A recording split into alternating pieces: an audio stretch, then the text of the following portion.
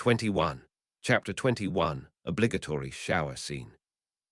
Say public opinion turned on Harry, Hermione, Neville, and Millicent is to say that a rampaging bull is not often invited into china shops for a spot of tea.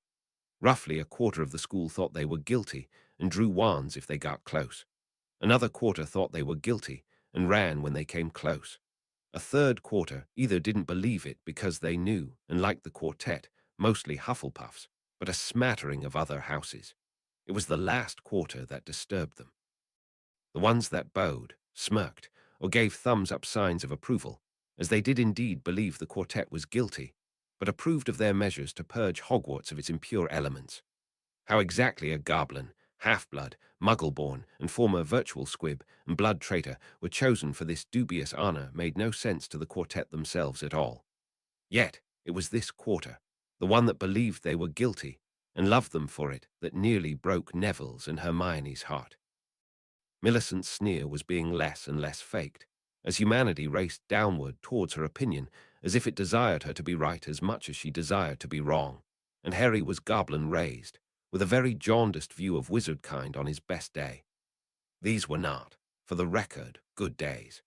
Hermione and Millicent were ready to make their Amortentia antagonist potion, but needed a place they could brew that would not be disturbed by students or teachers.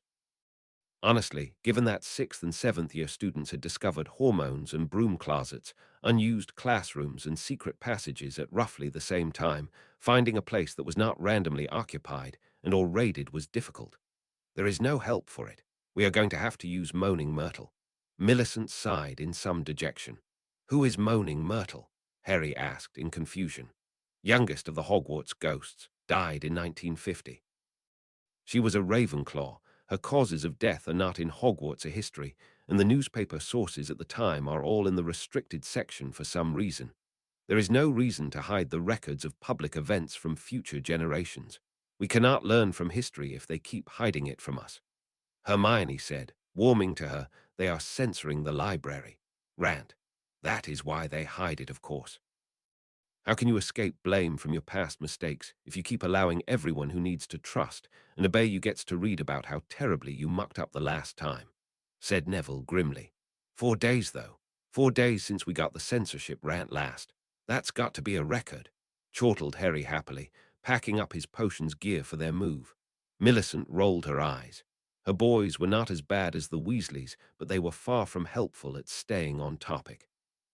We need Moaning Myrtle to be friendly, because her toilet is the only place no one would be caught dead in, except Myrtle, who of course is. Harry looked up. Hogwarts has a haunted toilet.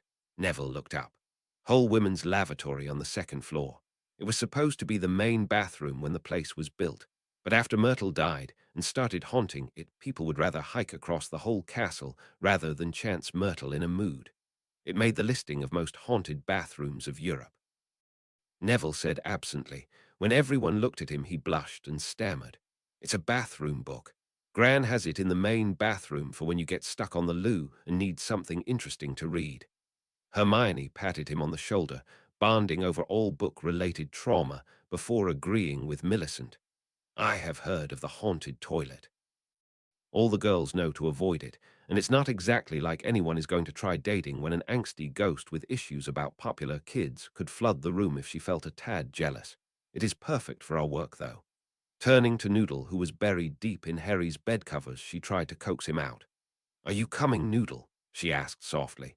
Dollar, do not go, mouse giver. The king of snakes is hunting. It is not safe. Not even I dare face the king's gaze. Noodle hissed from under the covers. Harry looked concerned. I have never seen Noodle afraid of anything. There are things he knows his venom isn't strong against, and he avoids them, but he has never actually been scared of any of them. He wasn't even scared of Voldemort. Hermione shrugged. King of Snakes refers to the basilisk, but the voice we heard was coming from inside the walls. Some of those corridors, the walls are only a foot thick. There is no way a basilisk is fitting inside them. I think it is a ghost. That makes sense, the ghost of Slytherin's monster. I mean, basilisk lived for about a century, and Slytherin sealed his chamber 1,000 years ago. Any actual snake would be bones and dust by now. Millicent shook her head. The thing was clearly following orders of another Parselmouth. So if it's not us, and it's not Slytherin, then somebody out there is using it for a power play. We just keep making ourselves more of an obvious power in the school, and they will have to come after us. If we act like we are the true heirs and he is the pretender, or she, I suppose, then in order to prove us wrong, they will have to challenge us directly. Neville shuddered. I don't like being bait. Why can't we just track them down and stop them? Millicent started counting off on her fingers. Carling Creevy, Justin Finch-Fletchley, Tracy Davis are all currently paralyzed, and the Bloody Baron ghost is, well, whatever you call a non-moving but not moving on ghost. Every time we have either just stopped the damned thing from killing and ended up with another petrified student, or they got lucky and saw them through a ghost and ended up petrified with a side of frozen ghost. We're not going to be lucky forever. Someone is going to die, Millicent said firmly. So our plan is to fool Gryffindor, take over the school by force, or at least scare the poop out of everyone openly to make the heir think no one is paying them any attention at all and dare them to come after us openly, Harry said, trying to make sure he had it straight. Millicent worked her forehead. Yes, Harry. Whoever the heir is, they need recognition like plants need sunlight. Take its light. Take all the glory. Be the attention-seeking prat everyone expected when you got here. Be Gilderoy Lockhart, but with normal pants, and for sure please wear underwear. Hermione sighed. I feel kind of sad for Ravenclaw.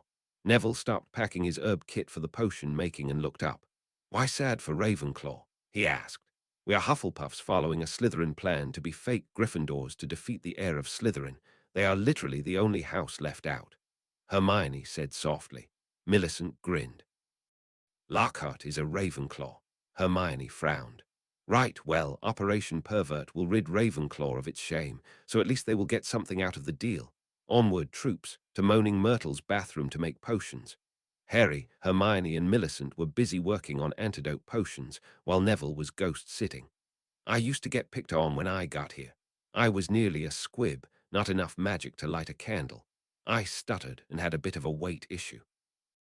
I don't really like confrontation. I just wanted to be left alone, and I guess that made me an easy target, said Neville, strong enough now in his own power to not hide the fear and pain of his beginning. I know just what you mean. I need glasses. You can't get your eyes fixed until you stop growing, so until I graduate I have to wear them, and the girls all called me Four Eyes. Then when I got acne, they started calling me Spotty. They used to tease me until I cried, and then laugh at me for crying. I was in here one day hiding from them when I heard a boy hissing in my bathroom. I went out to give him a piece of my mind, then I saw it, two great yellow eyes, and I died, Myrtle said firmly. Neville looked up at her. Two eyes like a basilisk. I mean like snake eyes. Vertical slit pupil, not round. You are a Ravenclaw, and they are all smarter than us Hufflepuffs, so you would have noticed something like that, even dying. Myrtle tried to hug Neville, and he tried to pat her head, and they mostly gave up as impossible, with one being basically fog and memory, and the other a growing slab of Badger Boy. You are only the second boy to notice that I was smart. You and Tom. Yes, the pupils were vertically slit like a snake, a very large snake. It could have eaten me in a single bite, although it didn't. My body was found just out there on the floor, dead. It was horrible, Myrtle said almost proudly. Neville wanted to keep her away from her death, lest she flood the toilets and ruin the potions, so he tried to get her to talk about happy memories from the past. So Tom was your friend. I stopped getting bullied when I made my 3 friends out there. 2 are Hufflepuffs like me, but 1 is a Slytherin. You are my first Ravenclaw friend, Neville said softly, trying to steer the emotional ghost back to happy topics. Oh, Tom was a Slytherin too. He was a prefect when we met, and head boy the last year. He was ever so worried that they would shut the school down and he would have to leave early. Myrtle gushed happily. Why would they shut Hogwarts down? Neville asked, knowing the school even stayed open during Grindelwald's War and Voldemort's Blood War. Myrtle gushed. Oh, it was horrible. The ghost cheered happily at the ancient and horrible gossip made fresh by a new, captive, and living audience. Students were being paralyzed, or petrified, or something. You needed mandrake to make a potion to unfreeze them, and that takes ever so long to brew. There were a dozen that got petrified, and Headmaster Dippet had warned Tom that if it didn't stop, they would close the school. Then I died, Myrtle said almost happily. Did everyone get sent home? Neville asked, sure he would have heard something about that. No, Tom saved the day. Tom Marvolo Riddle, hero of Hogwarts, caught that nasty Gryffindor giant Hagrid and got him expelled. I was dead, but Tom made sure they broke his wand and sent him to Azkaban for it. Dumbledore brought him back, hairy thug, still with his nasty spiders. I'm still angry. After I died, Tom never came back to visit me. I shouldn't have minded dying so much if I didn't lose my only friend.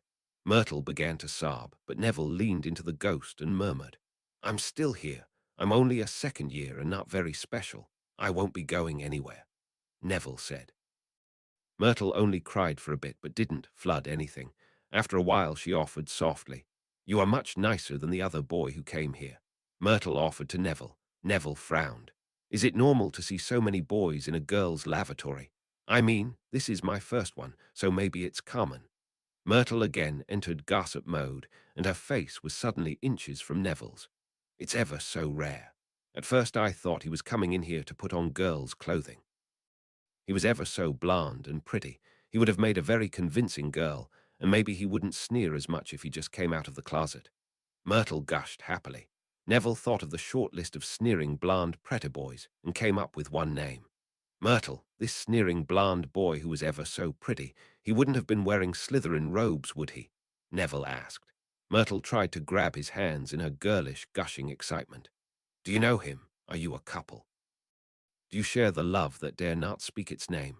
Oh, I can see him falling for you. You are so big and manly, and he is so very delicate, and looks ever so high-strung. You would be good for him, I think, Myrtle said, happy to offer her new friend all the support in his forbidden love. Neville blushed bright red. It's called gay now, so we can speak it. I don't know if Draco actually swings any way at all now, let alone that way, but I'm pretty sure he is only really into himself.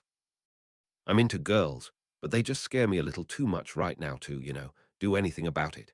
Myrtle sighed and sunk down beside her living friend. If you do decide to practice the love that dare not speak its name, there are better boys for you anyway. There is a blonde boy named Cedric I peek in on when he takes baths in the prefect bathroom. He is just as pretty as Draco, but you won't find him hissing at the bathroom fixtures. Neville was torn between horror at the mental images, deciding that Hermione was right, and a war on Hogwarts perverts was long overdue, and shocked that he had just accidentally found the heir of Slytherin. Myrtle, when he hissed at the bathroom fixtures, did he sound a bit like this? Neville asked, then hissed in Parseltongue. The Chamber of Secrets is open. There were shouts from the outside. Bloody hell, the sink turned into a cave, Harry shouted. Myrtle tried to grab his hand again. That is it, just like that. Oh, you do speak gay. Now you and Draco have to get married, or maybe you should marry Cedric. He's ever so much nicer. Myrtle said, then looked shocked. You spoke gay to me. Now I must be gay too. Oh no. Now I will have to start spying on the girl prefects when they bathe, and I don't even know which pipes lead there. Myrtle seemed distressed, the change in her sexual orientation being more a matter of following the plumbing than any biology at this point post-death. Plumbing? Hold on, where do the pipes run? Some of the walls between corridors are only a foot thick, and the stones are easily that big. There is no room for pipes. Neville said, a growing fear rising in him. He heard voices from outside. Where do you think it goes? Said Harry, sounding excited. Hermione sounded more confused.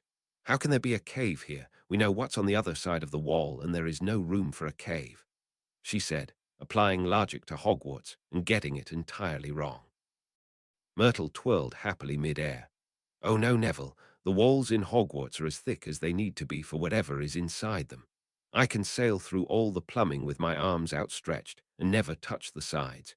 You could fit a dragon through them. That isn't even counting all the secret passages that start on one floor, end on another, and never touch the floor in between. It's magic, don't you know?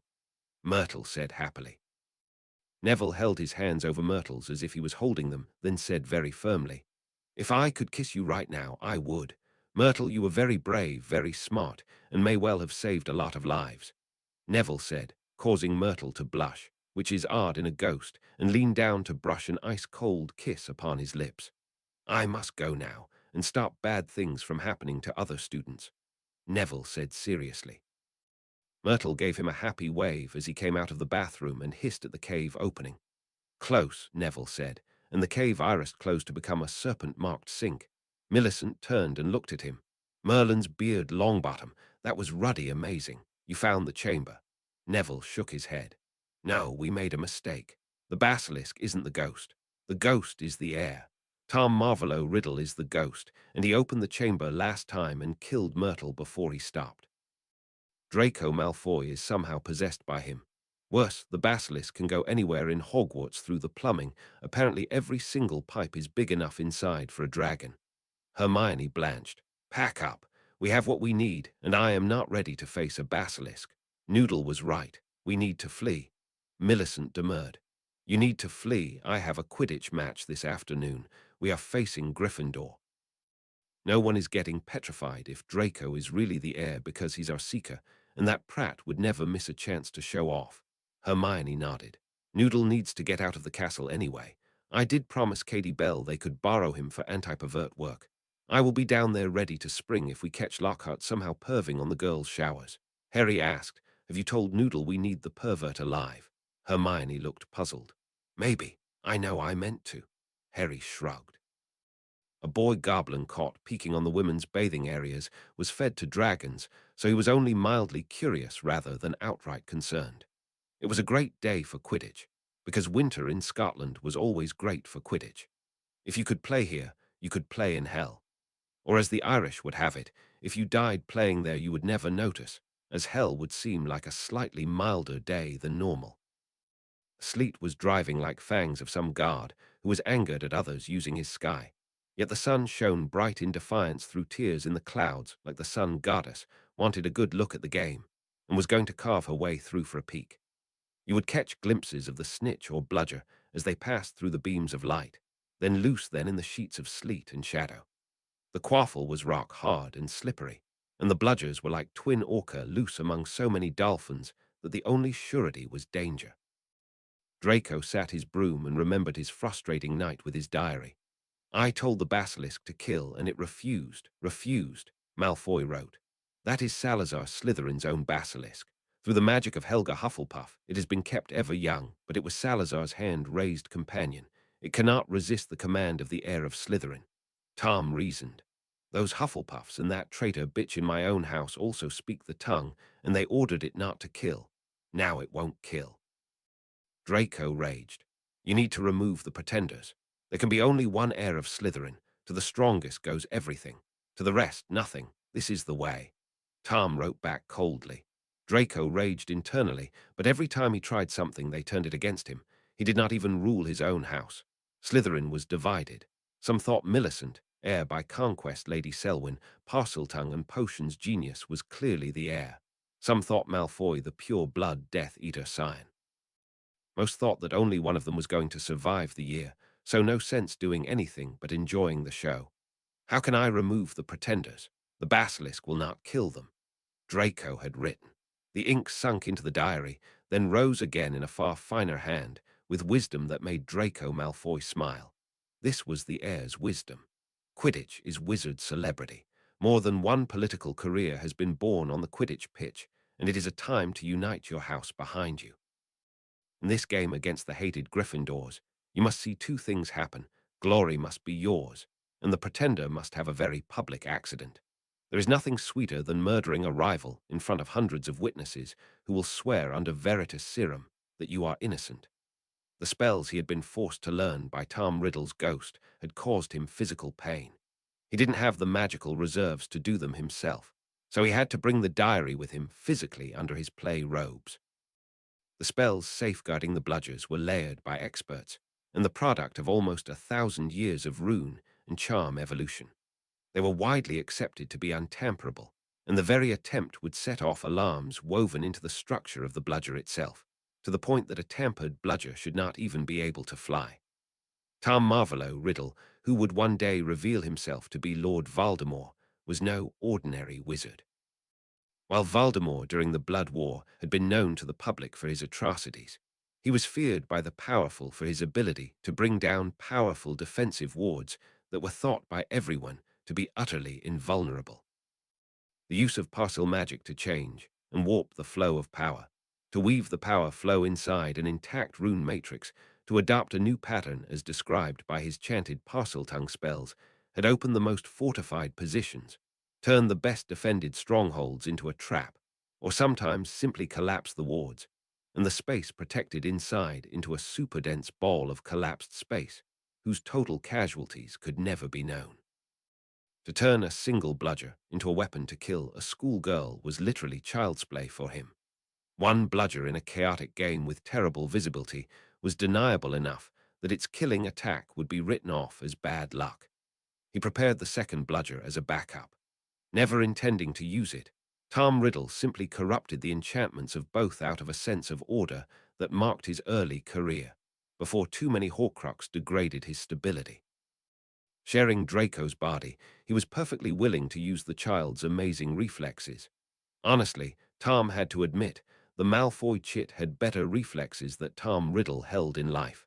What he lacked was courage, ruthlessness, and any scrap of critical thinking. Honestly, this is how Tom rose to power inside Slytherin the first time. Overbred, overprivileged, pampered little lapdog heirs, crying the world was mean to them, were quick to become his lackeys, quick to break any law, betray any trust, slaughter even their own kin, as long as Tom could deliver to them a world that cowered before them as they felt it ought to. It didn't matter they were his slaves long before that happened. As long as everyone else was worse off, they were happy. Again, Tom Riddle marveled that he had failed when he rose the first time. The child Malfoy's memories made so little sense. How could Lord Voldemort, his ascended form, be defeated by a baby, and then again by an 11-year-old? Harry Potter was a capable 12-year-old, and his three friends were easily that as well, but Voldemort had carved through the aura core like a goblin's silver sword through flesh, and had shattered ancient and noble houses, burning the manors down around the sitting lords and all their ancient magic. Getting killed twice by a child defied all reason. It starts today. Millicent Bulstrode, murderer of his boyhood follower Selwyn, died today, and his puppet Draco Malfoy took unquestioned leadership of Slytherin. The purge of Hogwarts started today. One death, one snitch, and unquestioned rulership was Draco's. Tom settled back into the recesses of Draco's mind. His energy was low, he had spent too much, and had not yet been able to feed enough on Draco to get his full strength. Soon Malfoy would be nothing but a glove worn by the Dark Lord, his soul a forgotten snack of the true heir of Slytherin. Harry looked up at the sky and smirked. She must be loving this. Harry had the wind move the sleet to pass him by and kept a nice warm layer of air against and under his robes. Hermione wrapped herself in blue fire, extending it to Neville, who took it with thanks. His shivering stopped with the flame wrapping. I don't see why she would be loving this. Her team doesn't practice as much as Wood's maniacs from Gryffindor. Too many pure bloods don't like the cold and wet. Hermione said, just the faint trace of class angst sneaking in. Harry answered Hermione's question honestly. Look, the reason that I'm a better beater than Neville isn't skill, strength, or speed. I feel the bludgers in the air. I feel everything in the air. It doesn't matter where I look. If anything moves in the air, I know where it is.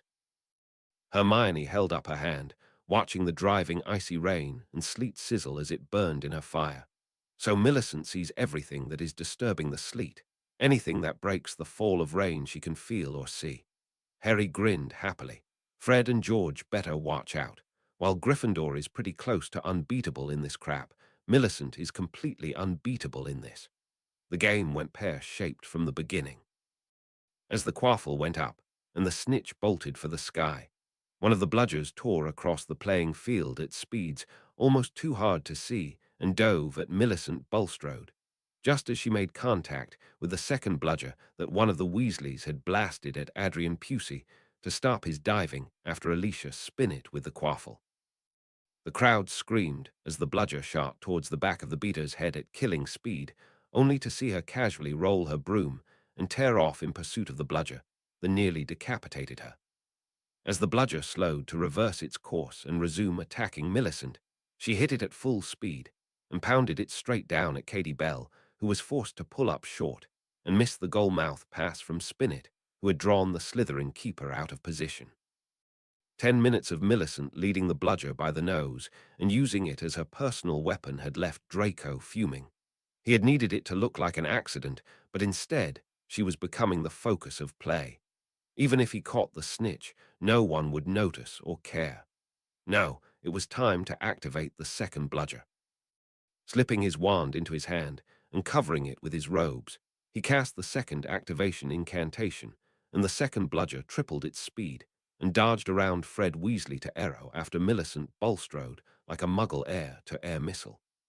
Draco decided that it was time to set up his epic game-winning moment and made a production of shielding his eyes with his glove as if straining to see something. With an unnecessarily loud cry of the snitch, Draco powered into a strong dive almost straight down. This was called a Ransky feint, faking finding the snitch and diving at the ground to trick an enemy seeker into following you down. Of course, it wasn't Draco's fault. His Nimbus 2000 was quite a bit better at quick turns. The McLagan's Clean Sweep 7 McLagan was quite a bit heavier than Draco, so he was able to build up matching speed in the dive by putting everything into it. When Draco pulled up and left as hard as he could not legally be blamed for cutting in front of the diving McLagan. That he occupied the space McLagan would need to pull through to get out of the dive was not Malfoy's fault. It only cost McLagan a second after all. A second of power dive on the less responsive broom by the heavier player pointed straight down at the ground at terminal velocity. McLagan made a tree. He hit the ground like a sack of wet cement, dropped off a building, and his broom rammed itself a foot into the pitch, with its twigs up like a reborn tree just planted midfield. Draco snickered as he looked at the twitching, moaning, and deeply broken Gryffindor seeker, and took lazily to the sky for his snitch hunt. Glancing casually around to see where that half-blood usurping bitch had fallen when the two bludger caught her, Draco's blood ran colder than the driving sleet of Scottish winter. Cackling like a madwoman, Millicent Bulstrode rode the hurricane with a bat in hand, and her helmet lost. Long black hair streaming backwards like a banner, the crack of lightning and the crack of her bat intermingled as she flew so close to the chasers that the bludgers following her winnowed them like wheat. Then she pulled into a tight spiral and smashed one bludger into the other to create space for her startled Slytherin chasers to steal the quaffle from the Gryffindor girls and tear off down the pitch towards wood.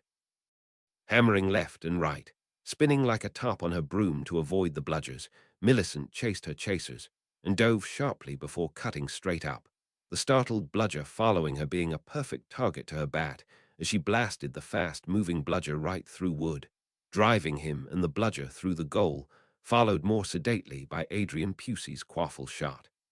She was not dead. Not only was she not dead, she was so deeply the center of attention that even catching the snitch now would be hard to steal the glory. Well, it would be if she had lived, of course. Just as he could accidentally cut in front of McLagan and cause him to accidentally hit the ground, he could do the same with Bulstrode. This time he would pretend to see the snitch and dive right in front of her. She would reflexively pull up, and the bludgers would hit her like Muggle cannon balls.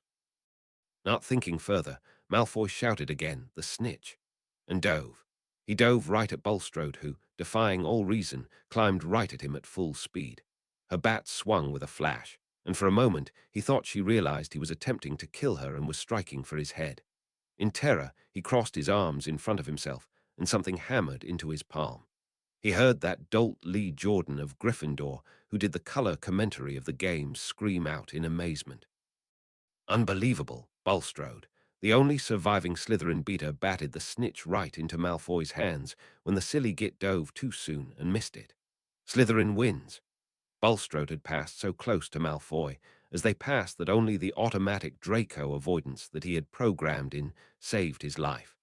The two bludgers arced in different directions from Malfoy as Madame Hooch whistled the game closed. When the two bludgers finished their turns and dove at Millicent again, she led them close to the ground in a high-speed dive, while Fred and George converged on an intercept course and hammered them down. Given their forward speed, they drove deep enough into the ground that Madame Hooch was able to rather forcefully deactivate them before they got free for a second attempt.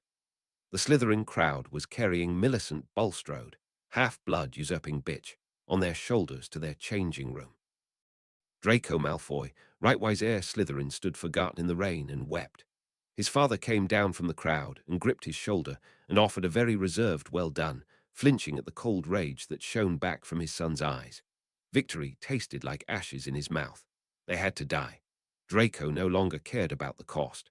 As long as Potter, Bulstrode, Granger, and Longbottom lived, Hogwarts would never kneel to Malfoy. How many broken bones? Asked Neville as they assisted her to the door of the Slytherin girls' change room. 3, shouted Millicent, higher than her broom had been on the thrill of beating at the very edge of human ability. Harry said firmly, remember your potions. Take the bone growth and the pain potion together before the adrenaline fades, and make sure they are set properly before you do. Yes, Mom. God, you are worse than Hermione. Where is she anyway? She could help set my bones. Millicent said, as Neville helped her take off her gauntlets and undo her boot buckles. Operation Pervert. She and Noodle are with the Gryffindor Seekers to see if there really is someone spying on them in the shower.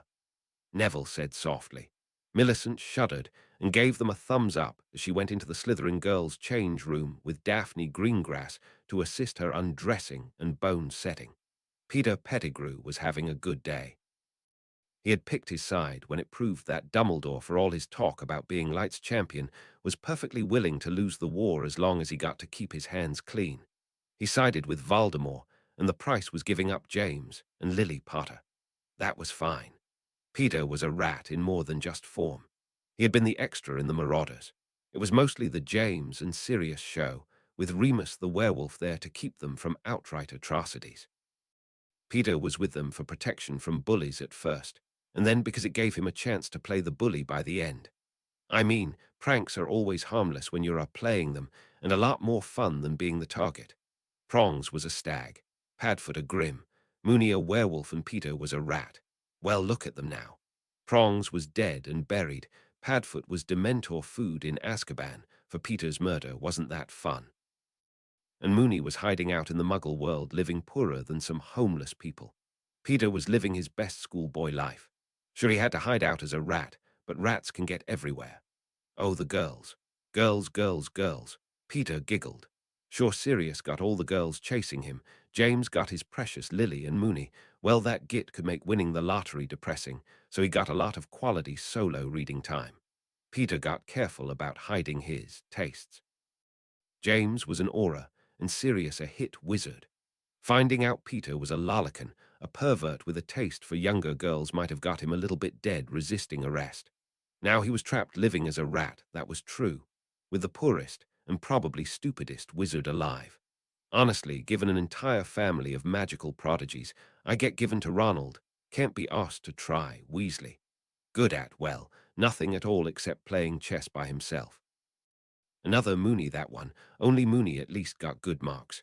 Trapped as a rat forever in Hogwarts, where all the tasty, tasty girls forever frolicked in the sure and certain knowledge no man could spy on them. No man, but a rat, of course. It was like a buffet. What with his marauder knowledge of the castle and his own professional skills. He hadn't been an aura or a hit wizard. No, no, Peter had been an oblivator. Like Professor Lockhart, he had worked modifying memories as clean-up crew for the underage magic branch or the auras. Boring work, but rather handy skills. After all, the only one that remembered Peter's little hunting trips was Peter after all. Love those memory charms. Peter wiggled into the hollow of the wall in the Gryffindor shower room. The mortar between the tiles had tasted awful, but his enchantment to replace it with a charmed mirror gave him an unobstructed view of three beauties in the shower together, consoling each other with lots of hugs. Honestly, muggles pay for this on that little box thing they watch. Idiots. If they learned a little magic, they could watch the real thing in person. Oh, it was good to be a rat, thought Peter Pettigrew, marauder, oblivator, Death Eater, and pervert. Not a rat, came the hissing from behind him. Behind him in the tunnel in the wall. That sounded like the Dark Lord or his damned. Snake. Noodle struck. His bite delivered the full dose of poison. Noodle was not sure what Not a Rat was, but since Not a Cat turned out to be a professor and one of the most dangerous witches in the castle, he made sure he gave enough. Mousegiver thought this one was the stinky purple pervert, but to Noodle they smelled different. Soon they will know. Scabbers the rat felt the fangs bite deep into his flesh, and the poison begin to still his organs. He squealed and tore through the chink in the tiles, no longer his hope of spying on naked girls, but his only hope for escape. Three girls screamed as a rat tore through the shower wall and landed on the shower floor. Hermione charged in with her camera, avoiding the naked girls to snap the first picture of the rat falling out the hole in the wall. 3 girls screamed again as the rat transformed into a small, very ugly man with rat-like features and a terrified expression on his face. "Not a rat," hissed Noodle proudly, slithering from the hole in the wall. Hermione continued to snap photos. Finally, Katie Bell ran to grab her wand. Running back to the shower room, she witnessed Peter Pettigrew breathe his last, in obvious torment. His last clawing at his own flesh had revealed the prominent dark mark of a Death Eater on his left forearm. "Bugger," said Hermione. "Oh my God, he's dead," screamed Alicia Spinnet. "How about, oh my God, a Death Eater has been spying on us naked?" offered Angelina Johnson, looking like she might sick up at any moment. Hermione frowned. "This is bad. Mouse Giver, do not fear. You hunted a pervert. We caught a pervert. He was a bad man. Do not regret killing him," Noodle offered, afraid his Mouse Giver might have mammal moral issues with his killing the pervert. "No, not that. He's a Death Eater, and we can't exactly fight fair with one. He would most likely simply have killed us all and fled. No, I am sorry, it's the wrong pervert. I might have to apologize to Professor Lockhart." Hermione hissed. Katie Bell cast her best patroness charm, and a bunny rabbit stood attentively before her. "To Professor McGonagall, Death Eater caught in girls' shower peeking at us. Death Eater now dead. Please send help," Katie Bell said, and then the Gryffindor chasers set about getting dressed. Noodle coiled about Hermione on the change room bench and consoled her. She was disappointed in her hunt, but prey was prey. He was sure even monkeys wouldn't be that unreasonable about things. Dumbledore was sitting with Alastor Moody in his office and trying to use whatever influence he still had over the man to convince him to keep auras out of the school. "Now, Alastor, you know I can't have auras running around my school. It would scare the children and set the wrong tone about their safety." Dumbledore softly. "6 people and 1 cat are petrified. If Professor Sprout didn't routinely ignore you and grow the mandrakes you keep trying to ban, they would bloody stay petrified too. I can only keep thee out for so long, Albus, but there are limits. The second someone dies, I will lead the teams in myself," Mad-Eye Moody said, poking a sausage-like finger at the leader of the Order of the Phoenix, which to his enduring shame he was once proud to join. "No one is going to die, old friend. Trust me." Dumbledore smiled, his eyes twinkling gently as he coaxed his old friend once more into serving the greater good. Just then, a cat patroness popped through his door, and the voice of his deputy headmaster, Minerva McGonagall, sounded sharply. "Albus, summon the auras." There was an intruder in the girls' showers after the Quidditch game. It was a Death Eater, Albus. A Death Eater stalking my Gryffindor girls. Now he's dead, and I don't want any of your nonsense about non-violence. This was a marked Death Eater, and them caught naked too. The patroness winked out, and Albus felt a headache coming on. He called out for house elves to secure the Gryffindor girls' change room in on the Quidditch pitch. But by the time that was done, he turned to see that Mad-Eye had already opened a flu connection to Amelia Bones of the DMLE and made a report. "Alastor, you will go there now. I want statements from everyone. I want to know how a marked Death Eater gets past the Hogwarts wards and into a girl's changing room. For Merlin's sake, Alastor, my niece is there. Who is the Death Eater? How did he get there? And what does it have to do with the petrifications? No more Dumbledore nonsense. This is an official investigation," Amelia Bones said firmly before breaking the connection. "Is that really necessary, old friend?" Albus asked softly. Mad-Eye Moody sneered and stomped from the room. An old soldier offered the chance to take up the fight one last time. It was all the answer Albus was going to get. Hermione frowned as the one-eyed, one-legged aura whose face looked like a tracery of old scars stitched together with even older scars looked down at the dead man and laughed softly. "I don't see what is funny about this," Hermione said uncomfortably. Moody looked over and smiled, which looked faintly disturbing on that face. "You wouldn't laugh," Moody said softly, "but I do." Moody grinned and collected the pictures Hermione had offered.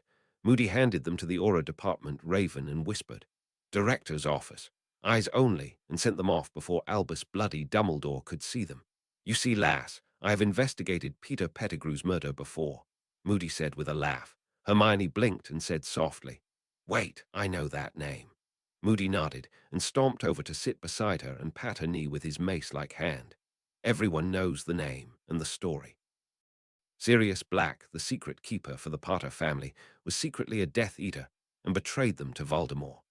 Voldemort kills Lily and James, but blows himself up trying to kill wee Harry Potter, the boy who lived. Now poor innocent Peter Pettigrew was being chased by notorious Death Eater and traitor Sirius Black, who caught him in the middle of Muggle London and blew up Peter Pettigrew, leaving only one finger behind to identify the body and killing a dozen Muggles. Hermione looked at Peter Pettigrew, the dead rat Animagus. He was indeed missing one finger, as Scabbers the rat had always been missing one finger. "How is that possible?" Hermione asked. Moody looked grim. It was the end of the war. We were tired, terrified, and a lot of very highly placed people wanted to just make it all go away. Arrested Sirius Black on the site, but while I was out rounding up other identified Death Eaters, Sirius was sent to Azkaban for life for the murder of that git right there. Moody leaned forward, and his face right in hers, he whispered something softly. "You want to know what was funny? Every supposed Death Eater I arrested had that bloody dark mark. Even Severus Snape, Barty Crouch Jr., and Lucius Bribe my way out Malfoy had the dark mark on them. You know who didn't? Sirius Black. You know who does? Peter, look, I've been hiding as a rat for a dozen years. Nothing suspicious here, Pettigrew." Hermione perked up. "Then they have to release Sirius. Harry has to know if Peter was the Death Eater, then he must have betrayed Harry's parents, and an innocent man is in Azkaban." Moody patted her leg again. "You really do belong in Hufflepuff. Nothing wrong with that. I was Hufflepuff myself. You are right. That is what should happen. What is going to happen is I am going to do my best to keep you from getting killed or sent to Azkaban, without a trial, to keep several very important people from facing some very head questions about why the rightful lord of the most ancient and noble House of Black is rotting for the last decade in Azkaban for the murder of a Death Eater who was alive until a few minutes ago." 22. Chapter 22. Every Dawlish has his day. Draco Malfoy is possessed by the spirit of the last heir of Slytherin and has been using a basilisk from the Chamber of Secrets to attack his enemies. Hermione said firmly, as Aurora Dawlish secured her in the Hogwarts holding cell, something of a compromise between Moody's, sent her to her common room, and Dumbledore's, sent her to Azkaban. Whole odd polarity surprised most of the Auror Corps, but pleased Dawlish to no end. "I can see why Lord Malfoy wants shut of you. Slandering an ancient and noble house like Malfoy, and from a murdering little mudblood like yourself. It won't be long before you find yourself in the next cell to Sirius Black. Then you can tell each other how terrible it is for being put away for killing someone in front of the whole world and actually going to Azkaban for it."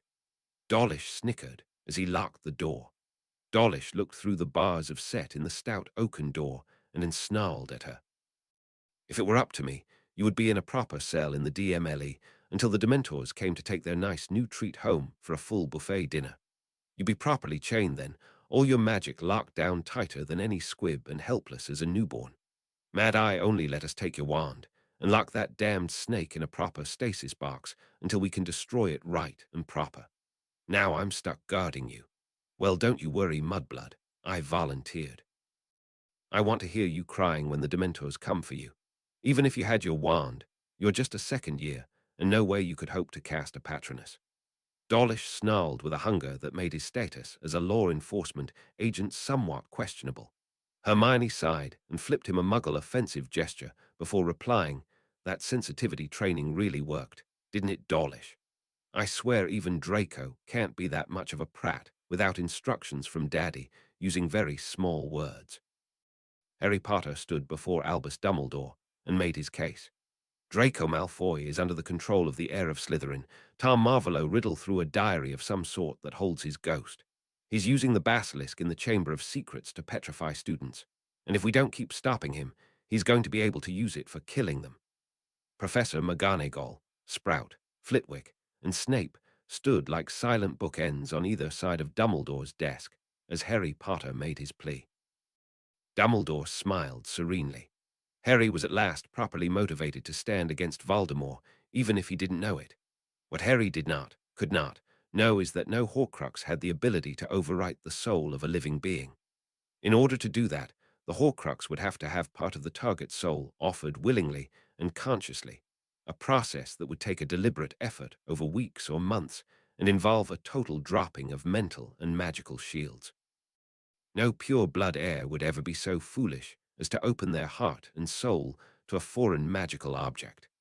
Plus, Lucius Malfoy was well aware of the danger of one of Voldemort's Horcrux to the mental state and soul of any witch or wizard who had prolonged contact with it, and would never have left it anywhere near the precious Malfoy heir. The Chamber of Secrets was opened by Tom Riddle many years ago, but I can assure you, his ghost does not lie within these walls, nor within the pages of any diary from that time. Tom Riddle was head boy when I was Transfiguration Professor here after Grindelwald's War. He graduated and left. Several years later, he returned and applied for the post of Dada Professor, which I regretfully had to decline, said Dumbledore serenely, ignoring the fact that he had turned Tom Riddle down for the post, already suspecting he was the rising Dark Lord Voldemort. The heir of Slytherin was a name taken by Tom Riddle due to his unique gift of Parseltongue, the only thing that legend says could open the Chamber of Secrets. Draco Malfoy is a very fine young wizard indeed, and devoted to the ancient customs of House Slytherin. If he had any shred of the Parseltongue gift, I am sure he would be demonstrating it at every feast and every public event to underscore his social position within that house. Dumbledore said, his eyes hard as he looked over Harry, Neville, and Millicent. Now there is one Parselmouth who has demonstrated her willingness to kill with a magical serpent under her direction. I think it is clear who it is that has been acting as heir of Slytherin. I am sure that now she is properly secured, there will be no more attacks. Dumbledore said smugly, finally able to remove one of Harry Potter's dangerous influences away. Neville looked at Dumbledore in shock before blurting, Hermione is the new Hagrid. Tom Riddle framed Hagrid for it last time, like having an acromantula allowed you to petrify anyone. This time at least you are framing Hermione for it and using an actual snake. But it isn't really different because rock vipers can kill with their bite, but they couldn't petrify anyone if you gave them a potions lab, grimoire, and wand. That is enough, Mr. Longbottom. 10 points from Hufflepuff for your outburst. None of you will accuse Mr. Malfoy of this nonsense again. I command it. Dumbledore continued sharply. I think you will find your professors know rather more about it than any second year. Headmaster, I really think a basilisk is more likely, began Professor Sprout, who had a care of magical creatures newts with an outstanding, even though her mastery was herbology, and knew that a rock viper could kill, quite certainly, but not petrify. Silence, roared Dumbledore, and his power beat the air, and made the stones of the castle ring as the master of Hogwarts called its power to his command. The oaths that bound the professors bound them to their silence. The power of oaths for magical people was not a matter of choice, but a binding of power anchored in their very soul. Millicent Bulstrode knew the freedom that came from oath conflict, because while magical oaths could compel obedience, when two or more oaths conflicted, a certain amount of freedom became possible. Turning to her head of house, she bowed formally and addressed him. Head of House Snape, as a member of Slytherin, I bring to your attention that your sworn godson Draco Malfoy is in danger of his life, his magic, and his soul. He has been possessed by the spirit of Tom Marvolo Riddle, and I do not believe this ghost will stop at killing Draco to regain its life and freedom. Millicent said formally, her dark eyes meeting the onyx chips that passed for Snape's eyes. If eyes were the windows to the soul, then Snape's were locked tighter than any vault at Gringotts, and she was gambling no one really knew what went on behind them. Dumbledore was finished being defied by students in his own office. He snapped again. 10 points from Slytherin as well. Severus, confine this child to her room until such time she understands how to be silent when so instructed. Dumbledore ordered, and Severus nodded. As they stalked back to the dungeon, the bonds of obedience to Voldemort, to Dumbledore, and yes, to Narcissa Malfoy as Draco's godfather and magical guardian, clashed in a conflict that put his mind into a degree of chaos and pain that most could not imagine. Severus Snape was a master oculemens. His mind was his to command. He could partition and arrange it to suit his whims or his very grim needs. If he chose to see the possession of Draco Malfoy as a usurpation of the rightful name and power of his Dark Lord Voldemort, once known as Tom Marvolo Riddle, then he could act against him.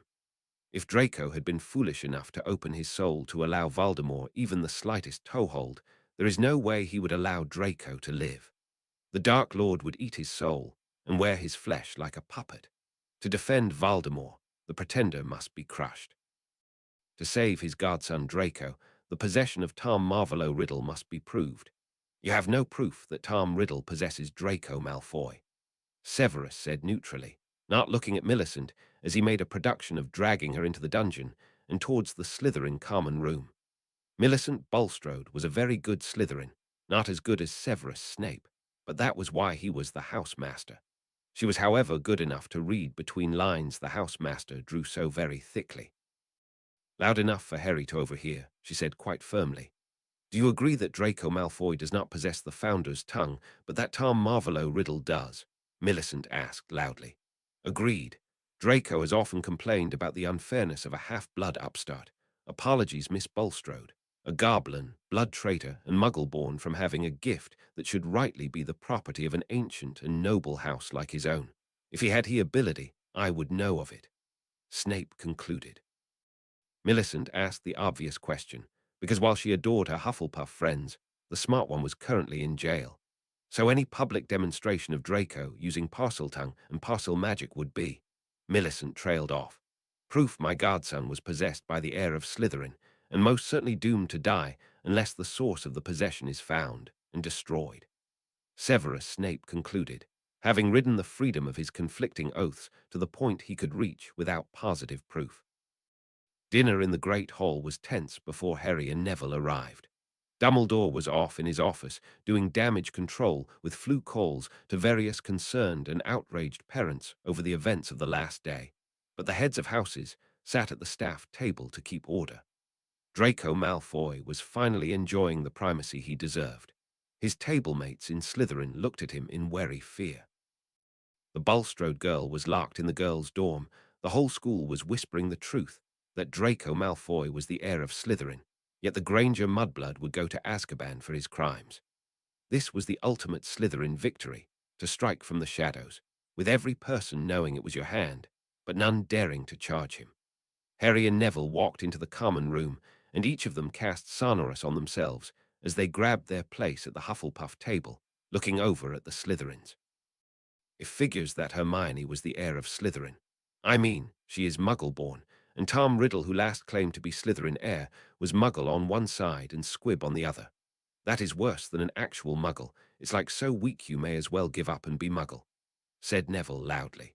Harry slowly buttered a bun, then took a bite before answering in Parseltongue. "She really must be the heir. I mean, she told Noodle to kill that pervert, and Noodle killed that pervert. That Prat Malfoy has been trying to get the basilisk to kill someone for months and couldn't even make it kill a cat. I mean, how weak do you have to be that a Muggle can tell your own familiar what to do? I'm kind of surprised Filch hasn't taken the basilisk to replace Mrs. Norris if the false heir is that weak. Funny thing about Slytherin House, they were not just blood purists, they were blood scholars." When Millicent Bulstrode got the name Tom Marvolo Riddle, she had gone to the Slytherin library and traced the lineage. The fact that Tom Riddle was the son of the semi-squid daughter Merope Gwant and her potioned Muggle paramour Tom Riddle Sr. was a juicy bit of gossip. To other houses, it may not seem much of a scandal. In Hufflepuff, no one would care. In Ravenclaw, it might rate a footnote. But in Slytherin, house of the pure blood obsession, it was the worst scandal. She had briefed her Hufflepuff friends not just on Tom Riddle's background, but on how shameful it would be if revealed. Draco had not been having a good term, having been mocked non-stop by all houses about his supposed Weasley paternity. Not true, but a surprisingly hard-to-kill rumor. His pride, based on his Malfoy name and heritage, had gone from the core of his inner strength to his greatest weakness. Tom Marvolo Riddle, as a sixth-year student, had created the persona of Lord Voldemort and his plan for taking over the wizarding world. But he had come up through Slytherin House as a poor half-blood, surrounded by arrogant blood purists of a tenth his skill and power, who all looked down on him for his birth. In a few years, Voldemort would have the confidence of having pure blood House Lords kneel to kiss his robe hem. But as a sixth-year student, the Tom who wrote the diary was filled with as yet unexpressed rage and shame over his blood status. Taken by surprise, while basking in his moment of triumph, Draco Tom felt the shock of the dual insults, openly in English for the whole to hear, and the other in Parseltongue in the arrogant knowledge that Tom would understand and know his enemies mocked him for his secret shame. He reacted badly. Rising from his bench, Draco Malfoy waved his wand, and the 20-foot stone table flew across the hall, scattering food and plates to rain down upon the stone and half the Gryffindor table. Harry Potter, you claim to have defeated the Dark Lord. Well, prove it. Face the heir of Slytherin, and let us end this farce of the boy who lived. Draco snarled as he stepped out and cast a series of curses, flowing from one to the next with the skill of a master duelist and the power to equal any of the watching professors. Professor Phileas Flitwick of Ravenclaw had been the European dueling champion for years, and he was amazed at the speed, accuracy, and skill of the flow of curses coming from young Draco's wand. He would have guessed it would take as many as a dozen years to go from where Draco had been at the start of term to where he was now. Merlin's beard, whispered Flitwick. Is it true? Is Malfoy possessed? Harry had two advantages. First, he was not trying to win, he was simply trying to escalate. Second, Draco was proud. Harry was Hufflepuff and Goblin. Neither influence gave a damn about what people thought or how noble a tactic was. They simply used the best tool for the job, and if people chose to look down on them, that was none of their business. Harry danced through the spells, transfiguring food from the table into golems of foodie goodness to charge the Malfoy sign. As Harry deflected, dodged, and countered Draco's very serious attempts at murder and mayhem without taking so much as a scratch, Draco wasn't in much, if any physical danger. The objects transfigured to attack him as birds, serpents, badgers, griffins, and one very decorative flying monkey made of several different fruits were all composed of food. As Draco blasted them from existence, he became covered in food. The whole hall soon began laughing as Draco cast cutting curses, burning curses, lightning, flames, cold, acid, spears of stone, and dark forbidden spells that would have withered Harry's limbs to those of a thing a century dead, while Harry sent bred birds and pudding wolves to be blown up in rainbow sprays of goo all over the well-dressed and immaculately coiffed Malfoy heir. The humiliation became too much for Malfoy, and he finally reached into the depths of Tom Riddle's forbidden instructions and spoke the two words that would damn him forever. Avada Kedavra. Draco Malfoy roared, and a green beam of killing energy lanced out at Harry Potter, only to meet a shining mirror of glass and silver. Draco Malfoy got a good look at his own face as the killing curse hit the mirror and exploded it into bits. The hall exploded into screams as the worst of the unforgivables was released by a second-year student in the great hall before the assembled heads of houses. Serpent Sorcia, hissed Harry Potter, summoning a green and silver magical snake, the very image of Slytherin's symbol. Dala, go kill that pretender. Go kill that pathetic and weak failed heir of Slytherin. Harry hissed. Tom Riddle had been too late to stop Draco Malfoy from casting the killing curse, but now he was in full control and ready to teach this next generation of wizarding Brishine who the true heir of Slytherin was and why he was feared. I am the true heir of Slytherin. Tom Marvolo Riddle spoke through Draco's mouth, but the voice booming out of it was something far deeper, stronger, and infinitely more terrifying than Draco Malfoy's worst nightmare. Dala Fiendfire, hissed Tom Riddle in Parseltongue, letting the rich language of Slytherin flow off his tongue. I will purge your goblin stain from the holy line of Slytherin. I will burn even your soul from existence. Then I will find your mudblood bitch and feed her to my basilisk. You have dared mock my command of the King of Serpents. Now feel its truth. Harry was considering how succeeding in his plan to force Riddle to reveal himself was not working out as hoped. Malfoy/Riddle's use of the killing curse was enough to expose him, and the Parseltongue was enough proof even for Snape to see Draco was possessed. The Parcel magic was really not required, but utterly splendid from the point of view of proving Draco Malfoy was not alone in his body, as only a true master of Parseltongue and a dark wizard of the highest order and power could possibly cast the spell the Malfoy/Riddle had just unleashed. Fiendfire was a spell that literally brought hellfire to Earth, gave it form and awareness, and then used it to destroy cities, armies, small islands. It could not be extinguished with water, did not need air, and could burn even the most warded stone or enchanted metal in existence. It was alive, aware, and it hated life in all forms. This version was actually worse. Summoned with parcel magic, it was far stronger than normal fiendfire and far more aware. Anyone who had taken at least the third year of care of magical creatures, or second year defense against the dark arts, knew the shape that had been summoned in the fiendfire. It was a basilisk, the guardian of Slytherin, the king of serpents, this time forged of pure hellfire. It snapped up Harry's magical snake like the last spoonful of treacle tart at the feast. "Harry, can you stop that?" Neville shouted. Using his own wand to raise a wall of stone, the fiendfire basilisk simply flowed through. Phileas Flitwick cast a powerful ice spell that should have locked it in a block of ice a dozen feet thick. Only the ice vaporized before it neared the fiendfire. Minerva McGonagall hurled a banishment so strong that space around the fiendfire basilisk seemed to shudder and bend. But the parcel magic-infused fiendfire basilisk devoured the budding rift in space like it ate the stone and flowed forward towards Harry. Hermione could make the fire just not burn people, Harry offered, extending his senses to get a feel for the magics woven into the fiendfire. "She's locked up in the dungeon," shouted Neville, dropping spikes of stones down from the ceiling that evaporated before nearing the fiendfire serpent. Millicent could freeze it trapped between Maleiscans. Harry offered, dodging as the fiendfire snake struck, eating a 6-foot hole in the floor he was standing on a second ago. Professor Snape finished his chant and lashed out with a tentacle of pure darkness that scraped the edges of mind and soul with its foulness. But that flared and died when it struck the fiendfire basilisk. "She's locked up in the dungeon," shouted Neville, this time making the floor rise up in a wave to move the Slytherin students back from the lashing tail of emerald hellfire. Harry ran out of time, space, and help. He had a fragment of Voldemort's soul inside him, or what was left after he digested it, but whatever knowledge he gained from that did not include fiendfire. Harry looked at the shape, and something inside him wanted to reach out and touch it. This was a part of him. For 1 second, he reached out with his hand, only to stop when he saw McGonagall send in a dozen of the suits of armor and gargoyles guarding the hall and watching them explode in a mist of metallic droplets and slag. Harry muttered to himself, "Right, fire is not my thing. Snakes are."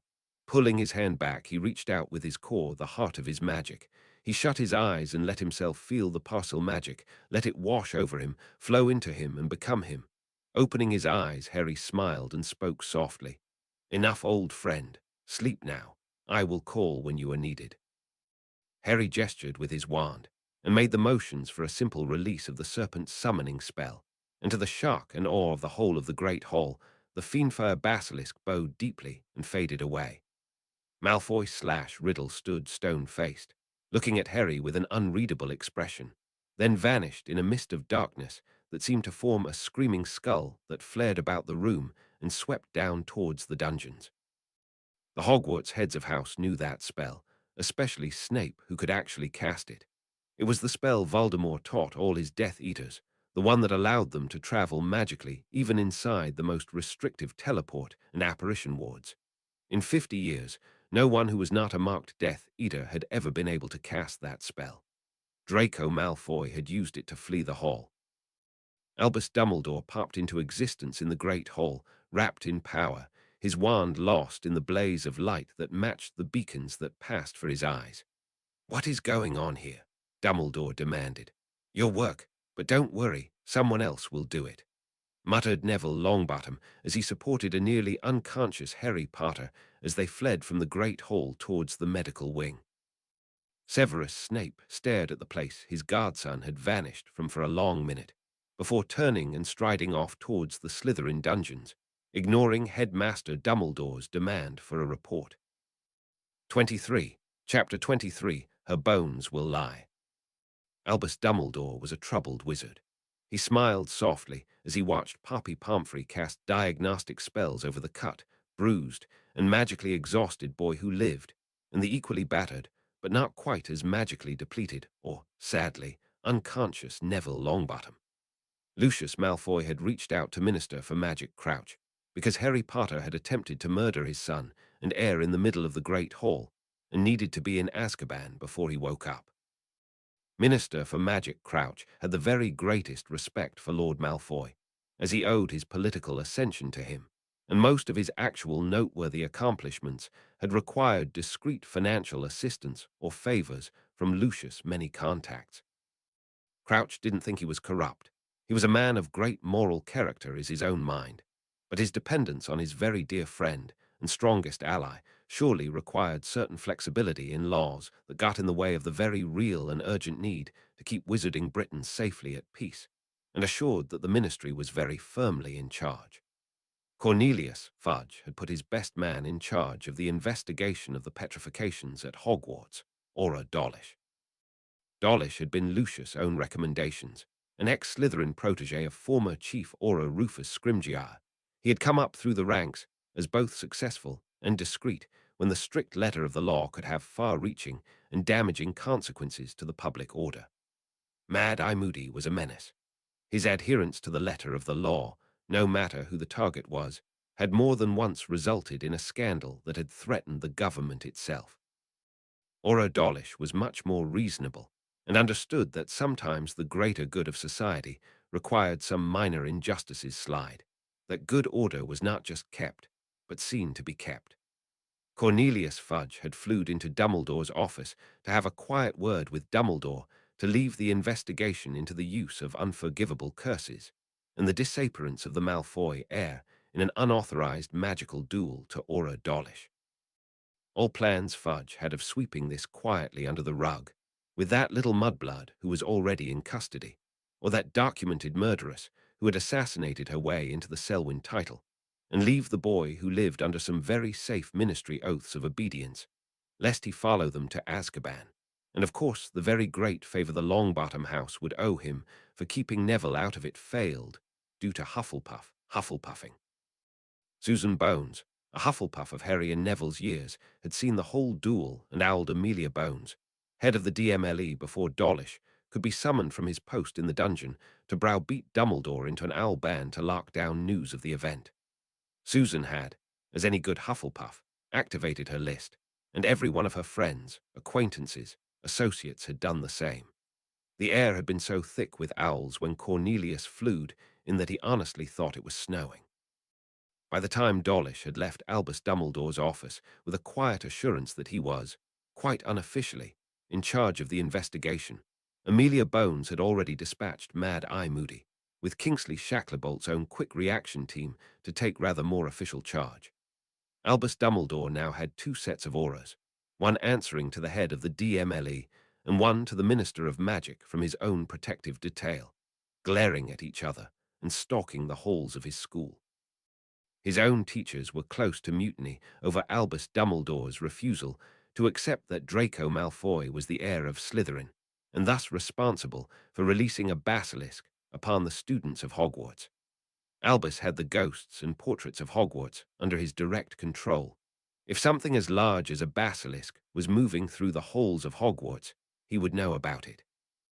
He had access to the very wards worked into the stone of the castle, and several layers of spellwork beyond anything taught in these halls that were woven beneath the wards, magics far more ancient than the wand-based lore of post-separation wizard traditions. There is no way any basilisk from outside could have been brought into Hogwarts without his knowledge, and there is no way a basilisk could have survived from the time of the founders. Number Albus had the previous headmaster portraits of every professor since the technology for making soul echo portraits had been discovered, barely 200 years after the founding of Hogwarts, and they all agreed. No such secret chamber existed, and no basilisk had ever been sighted within the walls. Whatever was being done by a wizard. Tom Riddle had been the second strongest dark wizard that Dumbledore had ever met, and his possession of the Parseltongue gift and its parcel magic had offered him access to magics that had been better off forgotten, and whose effects could do things that normal magic could not. Dumbledore remembered explaining to Tom Riddle when he was head boy that if the petrifications did not stop, Since the death of young Myrtle, the school would close, and he would be returned to the Muggle orphanage for another year without magic. He never knew how Tom had done it, but the petrifications stopped when he was faced with going back to the Muggle orphanage. When he rose to power, he never used the petrification magic again, preferring to kill in any number of grotesque and barbaric ways, unless he wished to simply overawe with the unstoppable killing curse. But Dumbledore never forgot that Tom used petrifications to build fear and establish his legend as the heir of Slytherin. What troubled Dumbledore was his own personal nightmare. What if the true heir of Slytherin was young Harry Potter? The idea that it was Draco Malfoy was ludicrous. Lucius Malfoy was a skilled wizard, but nowhere near powerful enough to summon and control fiendfire, and had no familial history of Parseltongue. Narcissa Malfoy, knee black, was different. The Black family had not produced a Parselmouth in generations, but they hadn't produced a Metamorph Magus in generations either until young Nymphadora Tonks. The idea that Parselmouth still slept in the black blood was not impossible. That it might have been triggered by contact with one of Voldemort's Horcrux was also possible, but in no way would that make Draco Malfoy powerful enough as a second year of no particular distinction to summon or control fiendfire. Harry Potter, on the other hand. Harry was a Hufflepuff and as social as any of that breed. He was hard-working and excelled at magic beyond his years. Like his companions, he was far stronger since whatever rituals they had practiced than any second year had any right to be. He commanded magics that Dumbledore did not understand, nor could his spells and wards entirely contain and track. His closest followers proudly bore his marks. Bright goblin cypher runes worked into their skins, using powers that did not require their wands and did not show on the trace or on testing of their wands. Dumbledore had seen this before. A promising young Tom Riddle had marked his followers with a mark that gave them access to magics that Dumbledore to this day could not understand or duplicate. Magics based in the Parselmagic Tom used to base his claim on the Slytherin heirship. Albus Dumbledore looked at the sleeping Harry Potter and remembered the prophecy that he had hung his hopes on. The one with the power to vanquish the Dark Lord approaches. Born to those who have thrice defied him, born as the seventh month dies. And the Dark Lord will mark him as his equal, but he will have power the Dark Lord knows not. And either must die at the hand of the other, for neither can live while the other survives. Dumbledore recited the prophecy in his mind. Dumbledore knew that Voldemort had made a mistake. Lily's sacrifice had skewed Voldemort's final Horcrux attempt to accidentally make Harry the final Horcrux. For the last 10 years, Dumbledore had prepared. He would find and destroy the Horcrux when Voldemort returned again, and engineer a meeting where Voldemort would again try to end Harry Potter, unknowingly killing not only the boy, but himself as his final Horcrux. His final anchor to life died with Harry. The scar marked Harry as his equal. Dumbledore knew that, trusted that. Trusted that right up until a 12-year-old boy reached out and told a fiendfire basilisk powerful enough to kill every student and professor in the Great Hall, even in the heart of the Hogwarts defenses, to go take a nap, and it obeyed. Millicent Bulstrode, one of Harry's followers, simply touched Lord Selwyn's dark mark, and he was reduced to dust and ash. Neville Longbottom simply walked into St. Mungo's, the most heavily warded institution in wizarding Britain against dark magic, and told his mother and father, wrapped in more binding and preserving magic than prisoners under active aura interrogation, to die, and they simply did. Dumbledore had watched as Tom Riddle gathered his Death Eaters, marked them, trained them, but he had not understood what he had been watching until they brought wizarding Britain to its knees against all his best efforts, until Harry Potter stopped Voldemort himself from his crib. Dumbledore had bet his soul, his life, and his legacy on Harry Potter being the key to end Voldemort, the Dark Lord he had let rise on his watch, under his very nose. Harry Potter would redeem his sins of inaction with one last, tragic sacrifice. Why now did he fear that he had once again missed the rise of a Dark Lord? He had loved Gellert Grindelwald. He had shared his vision and dream until the duel that cost him his precious sister. He never dreamed the cost the world would pay to stop Gellert, and in the end could not even bring himself to kill his love. He had seen the angry and hurt orphan Tom Riddle grow and mature, twist and transform into a Dark Lord of lesser vision and greater danger, and failed to stop him when he was still weak enough to be stopped. Was Harry Potter the last sacrifice and salvation of the light, or the next Dark Lord rising right under Dumbledore's nose? The lie about the Chamber of Secrets, this non-essence about a basilisk. Dumbledore knew them to be lies from Tom Riddle's day. He was headmaster of Hogwarts. Only the founders had access to the castle beyond him, and they were many centuries dead and best forgotten. Needs today were more complex, more political than their limited vision, and simpler times allowed. There was Rowan a Ravenclaw's room of requirement. He knew about that. He had even discovered it one time his muggle chocolate experiment turned out to be something called a laxative, and he needed a bathroom in a hurry. When the Chamber of Secrets nonsense happened last time, he checked that room and found it could not be configured to allow a basilisk entry to the school. He had questioned the house elves who had access to things and places in Hogwarts, even the professors did not. But they did not know of any Chamber of Secrets. Harry and his friends claimed to have found it. Tom claimed to have found it. Tom lied. Tom did the paralyzing and killing last time. This time, was it Harry and his friends that were doing it? Was it someone of Tom's? Some Death Eater who had infiltrated as Draco Malfoy? It shouldn't be possible, but that dark mark had defied Dumbledore's detection before. He wished he knew. Harry was the salvation of the light, and Dumbledore was the light's champion, chosen and destined to wield that last precious weapon, that last sacrifice to save the world. He could not allow Harry to be corrupted. He could not allow Harry to become like Tom. If his friends were the cause, then perhaps they too must be sacrificed. Dumbledore felt tears coming on. He patted Harry's leg. "My dear boy, I am so sorry," Dumbledore said, and he meant it. Dumbledore would weep for everything that Harry had to suffer, and for everything that Harry had to lose, but it was for his own good, for the greater good of all wizarding Britain.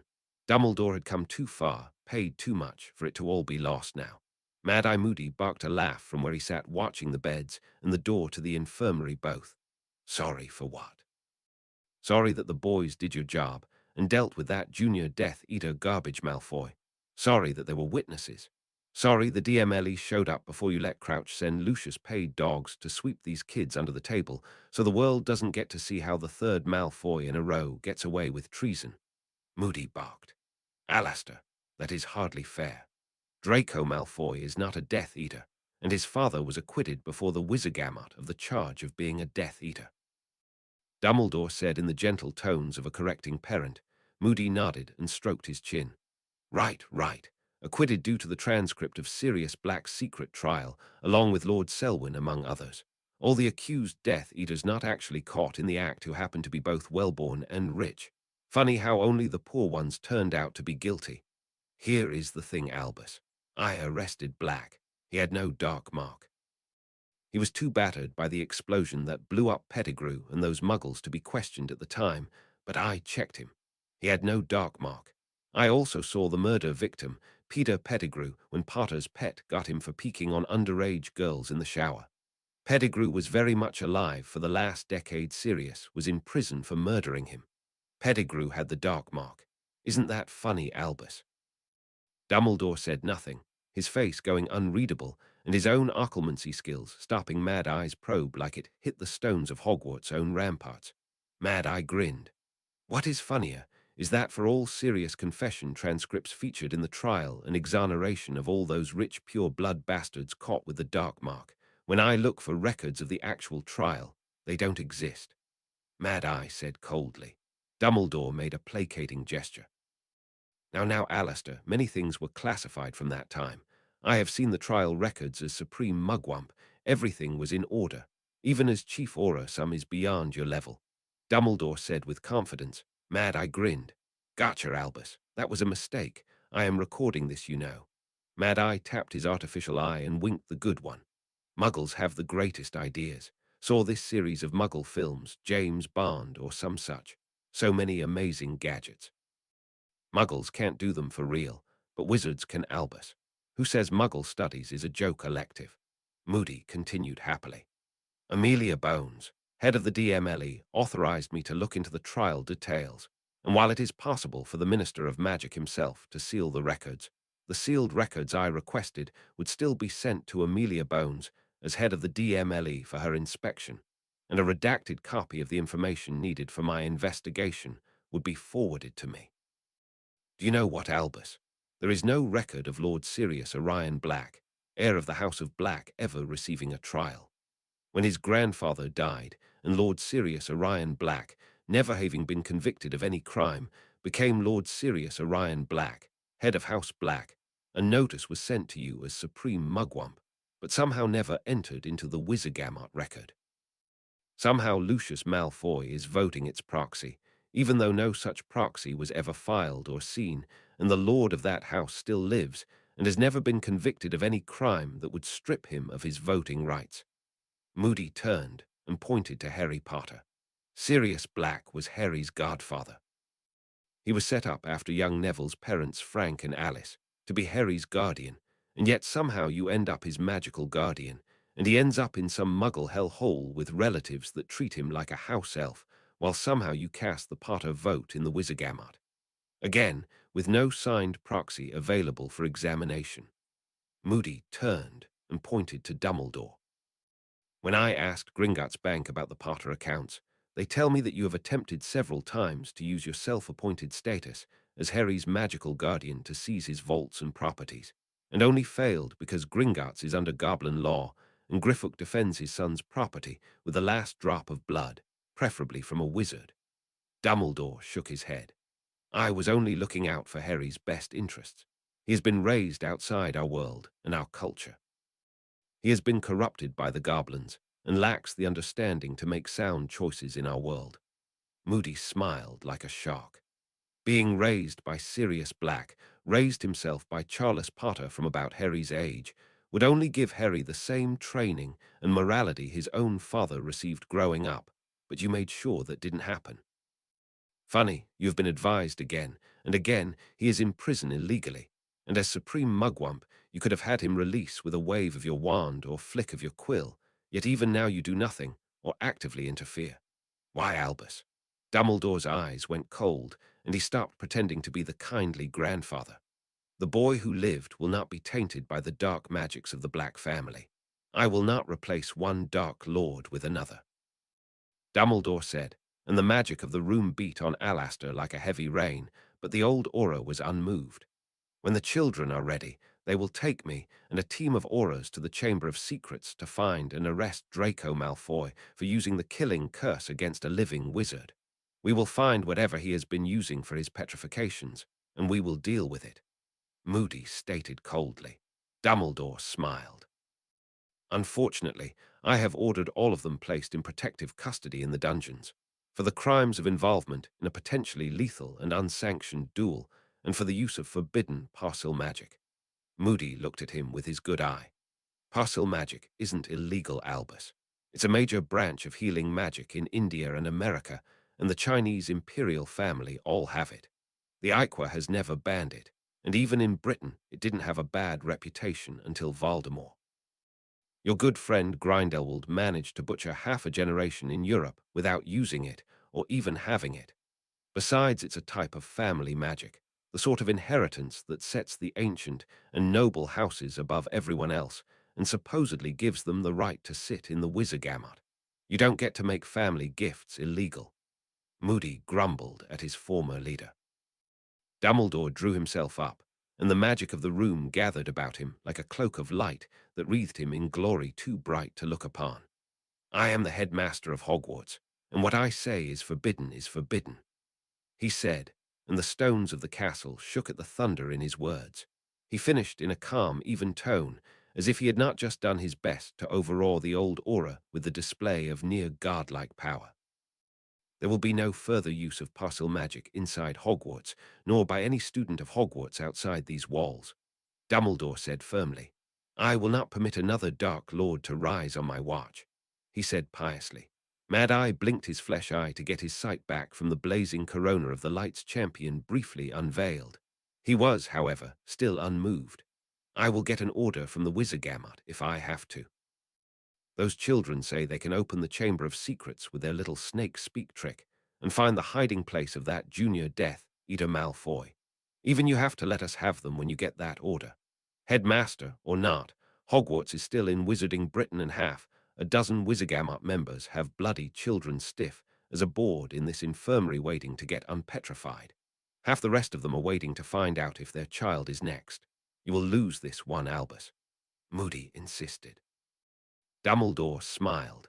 Alastair thought his constant vigilance made him the one who saw what others didn't. This was Hogwarts, and Dumbledore had the wisdom of every headmaster since 2 centuries after founding. He had the vision of every portrait and ghost, loyalty of every house elf in the castle. He knew there was no chamber of secrets. There was no basilisk. There was only a dark wizard with dark serpent magic. If it was not Harry getting corrupted by the dark magics of the goblins and covens, then it was some Death Eater disguised as Draco Malfoy who had infiltrated the castle. The headmaster had used his own magics and Hogwarts magic to assure himself Draco Malfoy was no longer in Hogwarts. With the 4 children locked up, the petrifications would end. There would be no more of this basilisk nonsense. The Aurors would find wherever Draco ran off to, or whoever was imitating him would be caught. Say what you will about Lucius Malfoy, he would spend however much gold it took to recover his heir, and there was not a criminal enterprise in all of England he did not own or have influence over either.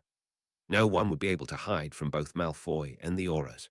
All Albus had to do was stall Moody and Bones. Harry must be pried loose from dark influences, pried loose from dangerous supporters who offered him enough freedom of action to make wrong choices.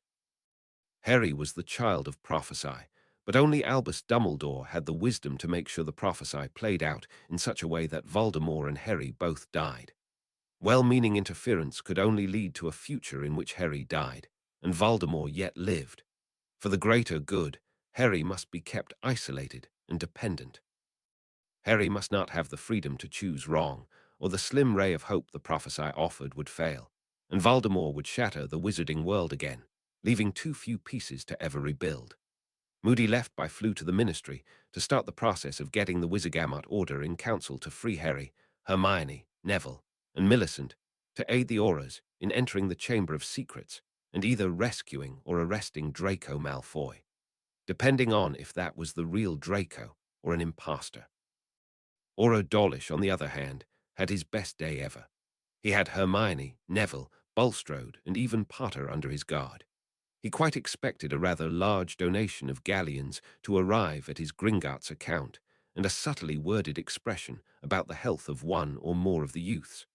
Whichever or all of them that Lord Malfoy would wonder at the health of would mysteriously die in the cells. It was an unfortunate truth of the wizarding world that those who attempted to testify against the heads or heirs of ancient and noble houses very often died of mysterious causes while awaiting testifying.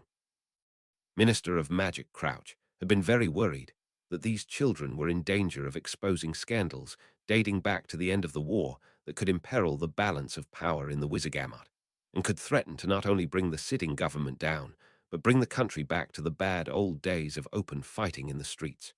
It takes quite a bit of gold to buy one such accident. Quite a bit more to buy one that covered a sitting Selwyn Lord and the heir Longbottom.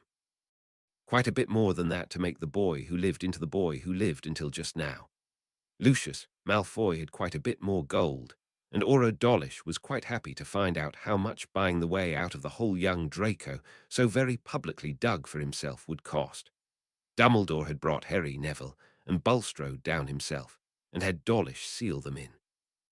Dumbledore had demanded they be stuck behind silence wards, that they not be allowed to practice any of the Parseltongue, until Dumbledore could find a way to construct an oath he could induce the Potter boy to take to buy his friend's freedom in exchange for swearing to never speak or use it again. Dawlish thought that was fine in theory, but he didn't work for Dumbledore, even in theory. He smiled and nodded, shut the lordly little brats up, and went back to Muggle baiting in the grand old tradition with that uppity little Muggle born who had given him so much frustration, humiliation, injury, and even forced him to go to sensitivity training. Well, Miss Bucktooth Beaver-faced Mop-headed Mudblood, it seems you finally have all your little friends down here, but only I get to talk to you, isn't that fun? Dawlish drawled happily, setting himself on a chair outside her chambers, but able to look in her doors viewing great. Hermione looked at the stasis block that held Noodle frozen and frowned again. She knew that Mad Eye Moody and Director Bones were not going to let them remain imprisoned. Of course, this same legal process had left an actual House Lord in Azkaban without a trial for almost as long as Hermione had been alive, so that was not terribly reassuring. The warning from Mad Eye about possibly being murdered in her cell before ever getting her day in court also made her worry, as Aura Dawlish was as corrupt as any dirty cop in any of the terrible police drama or mob drama that she watched in the Muggle cinema. Still, she was a Hufflepuff, and the House of Badgers was all about muddling through. She had her friends beside her. That was a plus. She couldn't talk to them. That was a minus. She had a definite threat, with a wand, all off their wands, and even her pistol, which he loved showing off in front of her. That was a minus. It was Aura Dawlish, and she had been making a fool of him all summer. That was a plus. I mean, she had beaten him like a rug all summer long when she wasn't even trying. Now she had nothing else to do but figure out how to beat him again to get out. She smiled. Do what you love, and it hardly feels like work anymore. There was a song about that, she thought. Ah, Aura Dawlish, your sensitivity training has really done wonders for you. I hope your continued failure to even get me a single demerit for underage magic use all summer didn't make you return any of your bribe money. I can't help but think your continued and abject failures must have really driven down the price it takes to bribe you. Pretty soon you may have to live off your actual salary. Hermione offered with a false sympathy and shudder. Dawlish drew his wand and pointed it inward, only to hear Hermione laugh as she was out of his line of sight through the tiny door grate. Oh, do come in, Aura Dawlish. After all, you did so well the last time before I had any training or experience at all. Hermione laughed happily, watching Dawlish's wand poke through the door. She knew if he cast any offensive magic inside the cell, alarms would go off both in Hogwarts to the headmaster and his deputy and to the DMLE. While she wasn't sure Dumbledore would care, McGonagall would not stand for it. Amelia Bones could not be bought or threatened, and her designated attack dog Mad Eye Moody could not even be reasoned with. If Dawlish could be baited into casting something that was dangerous, even damaging, but not actually immediately deadly, then she would have herself and her friends out of this. She had proven that leaving any of Dawlish's team to listen to her gossip about his many failures and law violations had threatened his authority, even inside his own team, so Dawlish was overseeing her imprisonment personally. Plus, he hated her. Since they both agreed that neither had anything better to do with their lives right now than irritate, insult, and aggravate the other, they settled into an almost happy period of baiting each other. Hermione reflected that 2 years ago the idea of insulting someone would be impossible, and the idea of offering disrespect to an authority figure would be worse. Her belief in justice was even more intense now that she was becoming personally powerful enough to make changes in the world, to both stop abuses and commit them. She was becoming aware of the living nature of magic, of how witches and wizards had a very sacred role in the world, and they had lost their way, wandering far off from that role when they chose secrecy and survival over stewardship and service. What Hermione gained was both the humbleness to know that she was very small in the face of a duty that was almost impossibly large, and the awareness that as she progressed as a witch, every decision she made would have greater and more terrible consequences. Like the Spider-Man comics, she tried to explain to Neville, who insisted that spiders don't work like that. She believed, with great power comes great responsibility. Wizarding Britain did not work that way.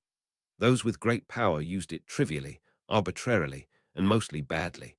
Those who had the greatest power often sat back and did nothing at all, while those who had little power went about abusing it freely, while those both charged and capable of stopping them did nothing.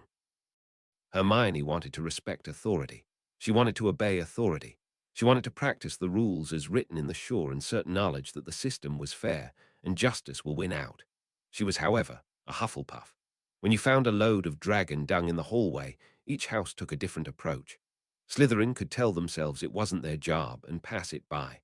Gryffindor would look for something dramatic and flashy rather than productive and go chase down a dragon. Ravenclaw would examine the dung for the probable species, health and diet of the dragon, make appropriate notes, then review the various alternate routes around the dung. Hufflepuff got a shovel and began to clean it up. Dawlish was her pile of dung, and she was busy shoveling when she heard the dreadful whispering from the walls. You will kill them all. Kill and eat. You will eat nothing else until those four are dead and eaten. This I command as heir of Slytherin, she could hear the voice, for Parselmouths could hear Parseltongue spoken so softly a Muggle microphone would never pick it up. They could also tell who spoke, for your soul was in your voice, and your magic was woven into it. The voice should have been Draco's, but the voice was not. The voice was older, colder, and deeply disturbing. Draco Riddle was an unstable thing, two souls struggling for one body, with the channels between them not sufficient for what they tried to draw through, but each time Riddle's magic tore through Draco's body, a little less of his soul was able to resist. There was no question. The compulsion woven into the Parseltongue command was greater than before. Before her words had easily been enough, and Harry's had been final. Was that still true? Harry, trapped behind silence charms, would her voice be enough to keep the basilisk from killing? Dala Speaker has ordered you not to kill. Yellow-haired prey has no right to command the companion of Slytherin. Hermione did her best to hiss in the cold tones of command that Harry used when he went a bit scary with it. She thanked Millicent for all her Slytherin-style etiquette lessons, as the difference between speaking to snakes and politicians are largely a matter of degree. Dala Speaker is Speaker. Speaker has ordered me not to kill. Yellow-haired prey is not Speaker, the basilisk said, sounding almost relieved. Here now, cut out that snake stuff, or by Merlin's beard I will cut your tongue out.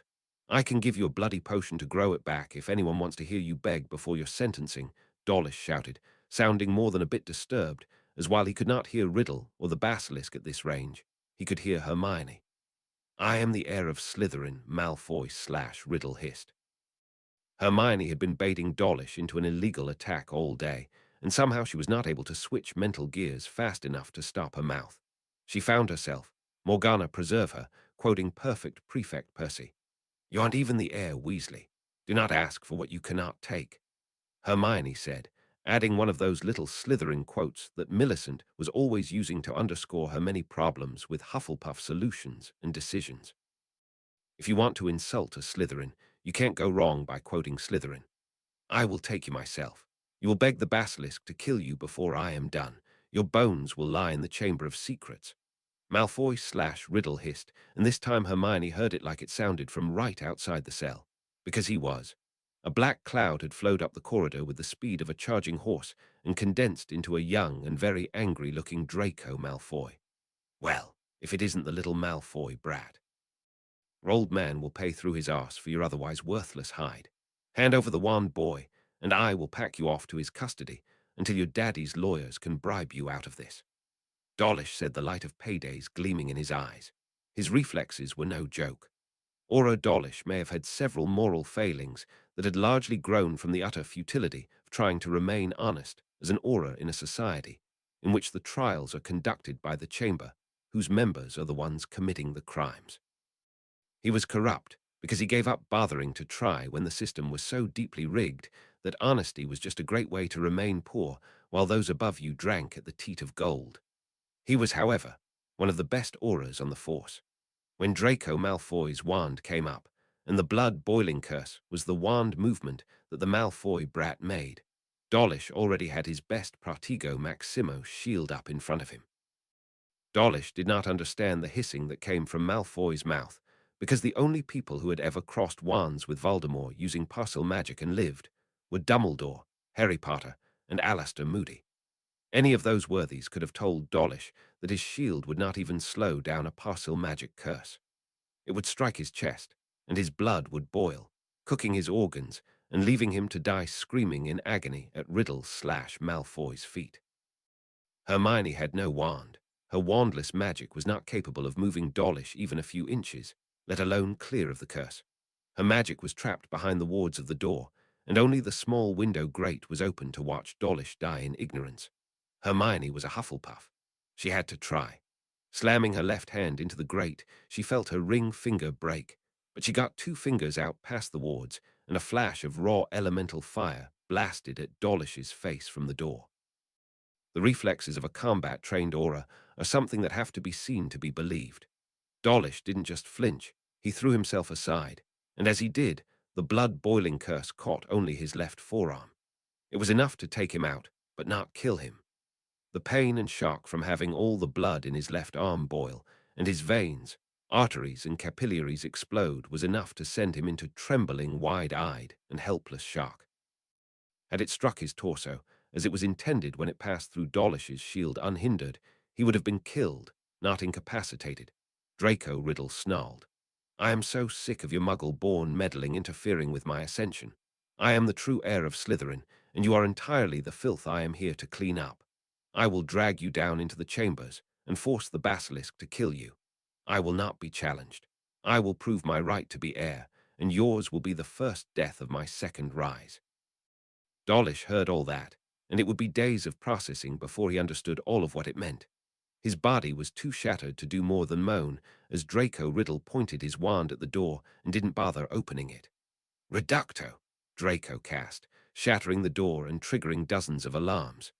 Accio, Mudblood, Draco snarled, and Hermione flew from where the explosion had thrown her to fall on top of Dawlish. Hermione's right hand flashed for the confiscated wands tucked into Dawlish's belt, and Draco simply laughed lightly and cast a second summoning spell. Accio wands, Draco said, letting the wands clatter in a heap about his feet. Dawlish felt, rather than saw the little muggle-born slip out the Walther PPK from his pocket and into her back holster. His eyes widened. Wizard clothing was enchanted to be impervious to muggle bullets. Even a mudblood like her should realize you cannot simply shoot a wizard unless he was caught naked or in muggle clothes. Incarcerus, Draco Riddle offered happily, wrapping Hermione up. Levicorpus, he sneered, bringing her to hover face down above Dawlish so he could see the fear in her eyes as Draco took his time on the last curse. Crucio, Riddle/Malfoy laughed as Dawlish heard Hermione scream and watched the forbidden torture curse play out over her body. He had endured it once in training, but he watched the Malfoy child casually cast it on half a dozen times as he slowly rotated her in midair like a pig roasting over a fire. You will beg the basilisk to kill you, Mudblood. You will be the one that betrays all your kind to the gaze of my serpent, and when I open the chamber again, Hogwarts will be cleansed.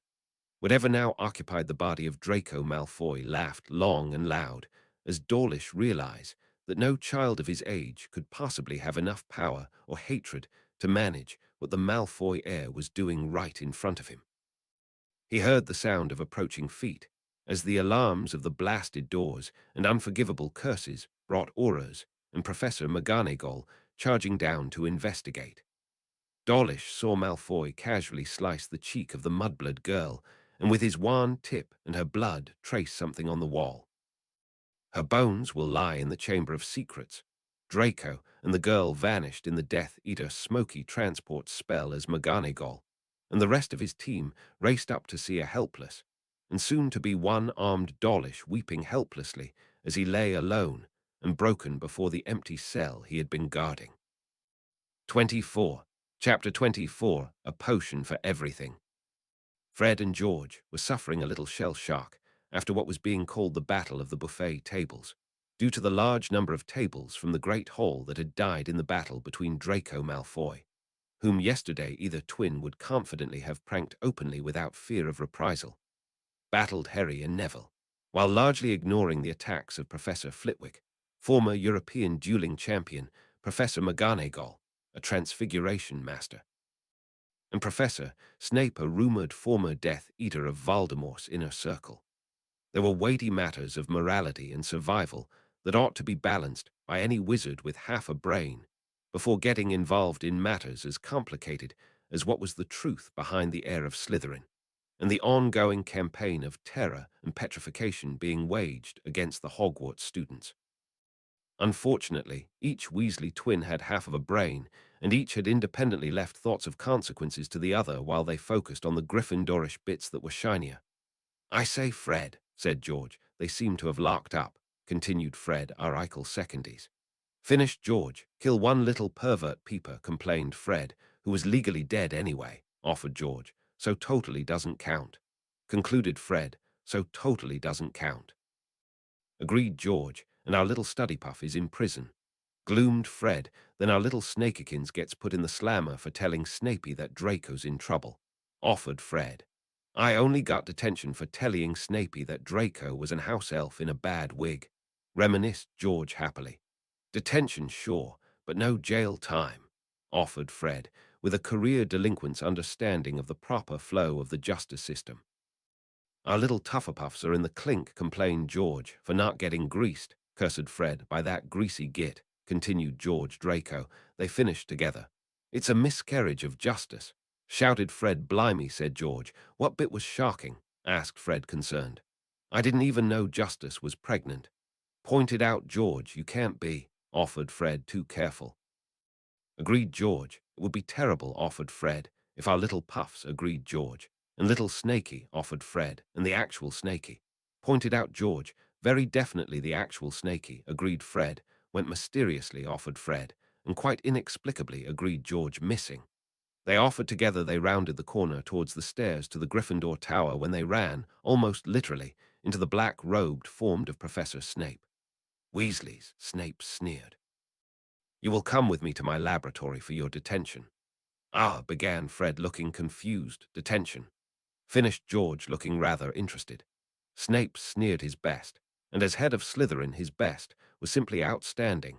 Sneer and drawled quite lazily, as if he simply could not be bothered to rush any of the words, as the twins were simply not of sufficient importance to warrant any change in his normal breathing.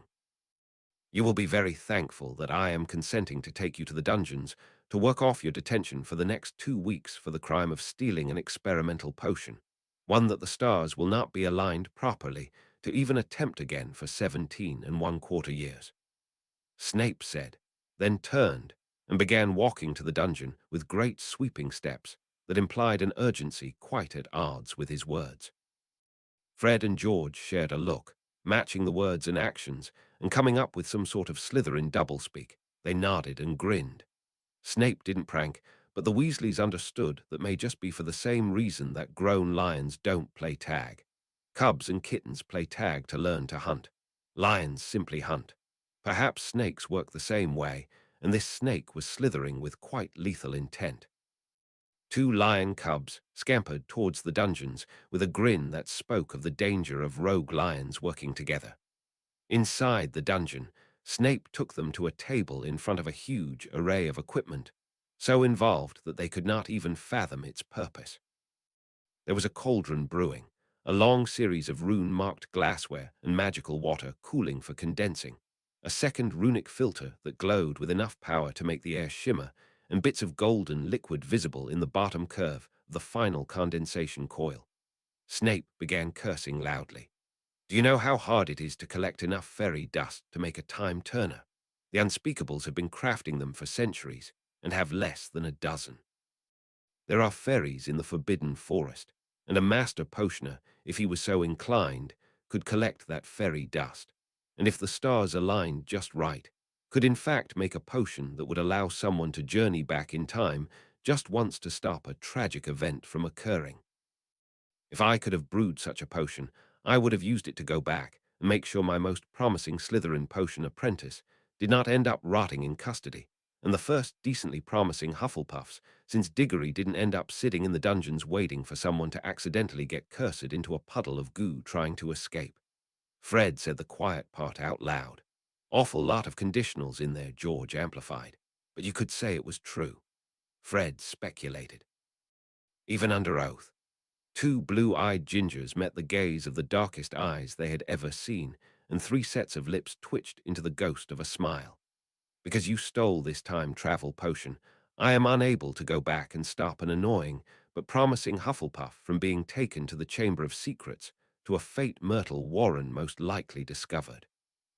I am unable to fulfill my oath, sworn duty, to rescue my godson Draco from whatever power he has mistakenly trifled with, and I am unable to rescue my promising Slytherin Snakelet and her misguided but not useless Hufflepuffs from unlawful confinement. Snape directed their attention to 2 quite full potion vials, labeled quite clearly Time Potion. Fred looked at it. It looked remarkably like Ogden's finest fire whiskey. George sniffed it. It smelled quite a bit like Ogden's finest fire whiskey, dirty thieving Weasleys. they chanted as they drank the vials. As their first taste of 25-year-old Ogden's finest private reserve fire whiskey filled their belly with warmth, they opened their mouth to blow a pair of golden fireballs, noting that it did indeed taste even better as flame. Taking George's wand and flicking it, causing an odd stench and single slug to appear, Snape frowned and handed it back. Taking Fred's and flicking it, and getting a single pale purple lily, Snape nodded and turned to the twins. For the crime of stealing an irreplaceable time travel potion, I have locked you in the dungeon tonight for the first of a week's worth of detention. I of course last saw you when I locked the door behind me as I went to the cells below to see my unjustly imprisoned student. You will of course be here when I return in several hours. Snape said as he turned, and with his borrowed wand began to incant rather more loudly than necessary. First, there were the 2 disillusionment charms. Then there was some sort of complex anti-tracking charm that Fred and George worked hard to memorize, just in case they ever needed to do something nefarious again. Snape held out the borrowed wand until an unseen hand took it back. Snape then walked over to the cabinet that was the secret door the twins used to enter his lab and steal the potions' ingredients for their prank potions, and dusted the shelf and tutted softly. Without a word, Snape swept to the door and passed through. He very slowly drew his wand, and even more slowly closed the door before casting his most powerful locking charm. Then a pair of independent detection spells that would sound a very powerful alarm should someone open the door or pass through, even in immaterial form. To someone who didn't know about the secret door the twins found on the Marauders map, and Snape officially didn't know about. The twins who were last visible sitting in the lab could, of course, have never left or returned without setting off the alarm. Fred and George silently vowed not to target Professor Snape with any direct pranks. They had a feeling he was a long way down the road they had only begun treading, and had walked it for far more serious purposes than they. Snape stood before the cell his student had been locked in. Aura Macinnes was aware that his benefactor, Cornelius Fudge, owed his position to Lucius Malfoy, and that Severus Snape was both a close confidant of Malfoy, but deeply respected by Minister Fudge himself. This didn't give Snape any authority over Aura Macinnes, but it made the Aura unwilling to antagonize him. Miss Bulstrode is neither a criminal nor a commoner. She is Lady Selwyn by right of conquest. Her imprisonment here is at best a school detention.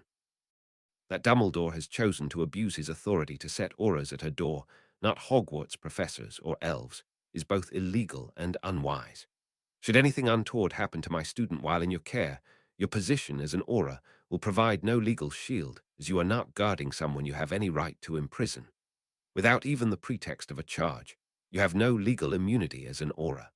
If she so much as falls getting out of bed, I will challenge and kill you. Snape said coldly while looking at his student through the cell's grate. Aura Macinnes smirked. Not much of a threat, when 3 of you Hogwarts professors had to get saved by a second year from the Malfoy brat. Severus Snape smiled slowly and widely at Aura Macinnes and said quite loudly, I think you will find, Aura Macinnes, that Hogwarts students are far more dangerous than you will believe. Snape said, and then whirled to walk down the hallway, nod to the second aura at the door, before stalking off to do potions inventory with Poppy Pomfrey in the infirmary, while his Gryffindor delinquents were quite possibly working hard cleaning glassware in the dungeon in their detention. Snape smiled. Quite possibly. Grammar was, like logic, a matter of precision for wizards with any pretensions to true power. Aura Macinnes was chuckling at the pretentious black-robed drama queen who had just left. A professor thinking to threaten an aura. These ivory tower types really made him laugh. Can't even control a bloody student and thinks he can challenge a professional aura. Then he heard the voices coming from the empty hallway. The sound of the little bells from a child's jack in the box sounded, as if from everywhere and nowhere. Half a pound of tuppenny rice, half a pound of treacle. That's the way the money goes, pop, goes the weasel. At the sound of pop. 2 figures appeared before Aura Macinnes at the cell door and Aura Daniels at the main door. Too close and too fast for them to get an impression of their attackers. It was over before the startled auras could process it had started. Unlike the expected threats, neither figure had taken space and drawn wands.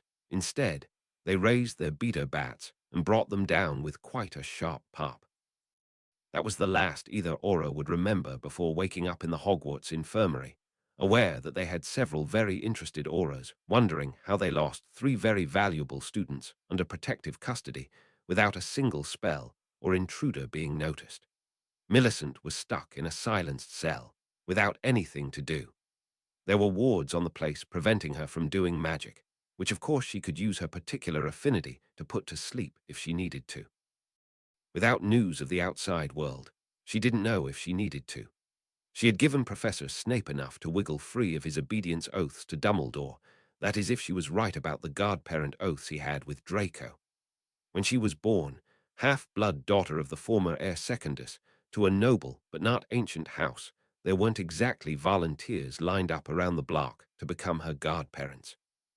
She didn't know if the oaths were magically binding enough to balance the teacher's obedience oaths to Dumbledore. She was betting everything on Slytherin instincts, on power relationships, and hidden motivations. In a way, it was a fitting test to see if the half-educated half-blood usurper was fit to sit the Selwyn seat in the upper echelons of dark family power. A cell door flung open, and 2 ginger idiots with beater bats dragging unconscious Auras came in babbling at the top of their lungs, because discretion is somehow anti-Gryffindor. Queen of Beaters, your subjects bring you offerings. George offered, dragging the 2 unconscious Auras through his door. Fred held up McKinney's head, then let it fall with a tut-tut sound. This one is a bit ugly, but he had your wand. Fred offered. George dragged the second one's head up. This one is prettier. Fred examined the left hand and held up the ring. But married, George sighed. Still no good then. Fred argued he did have the key to the warded door out of the cell block, though. George cheered. Not a total loss, then. Millicent looked at the ginger menaces and let out an unslytherin giggle. What are you doing here? More to the point, how are you here in the first place? No one can get in here without permission, and you frankly wouldn't be allowed even as a prisoner for fear you would steal the bars or turn the manacles into octopus or something.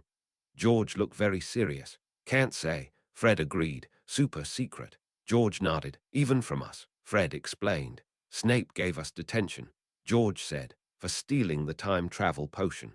Fred noted. Quite a surprise, George agreed, as we hadn't done it yet. Fred offered helpfully. But Snape wouldn't lie. George agreed. He's a professor, Fred amplified, and a Slytherin. George nodded. Straightforward types, those Slytherin, not like those tricky Hufflepuffs. Fred agreed. Or law-abiding Gryffindors. George sighed. Good thing for us. Fred cheered that we are locked in Snape's potion dungeon. George offered. Right at this very moment.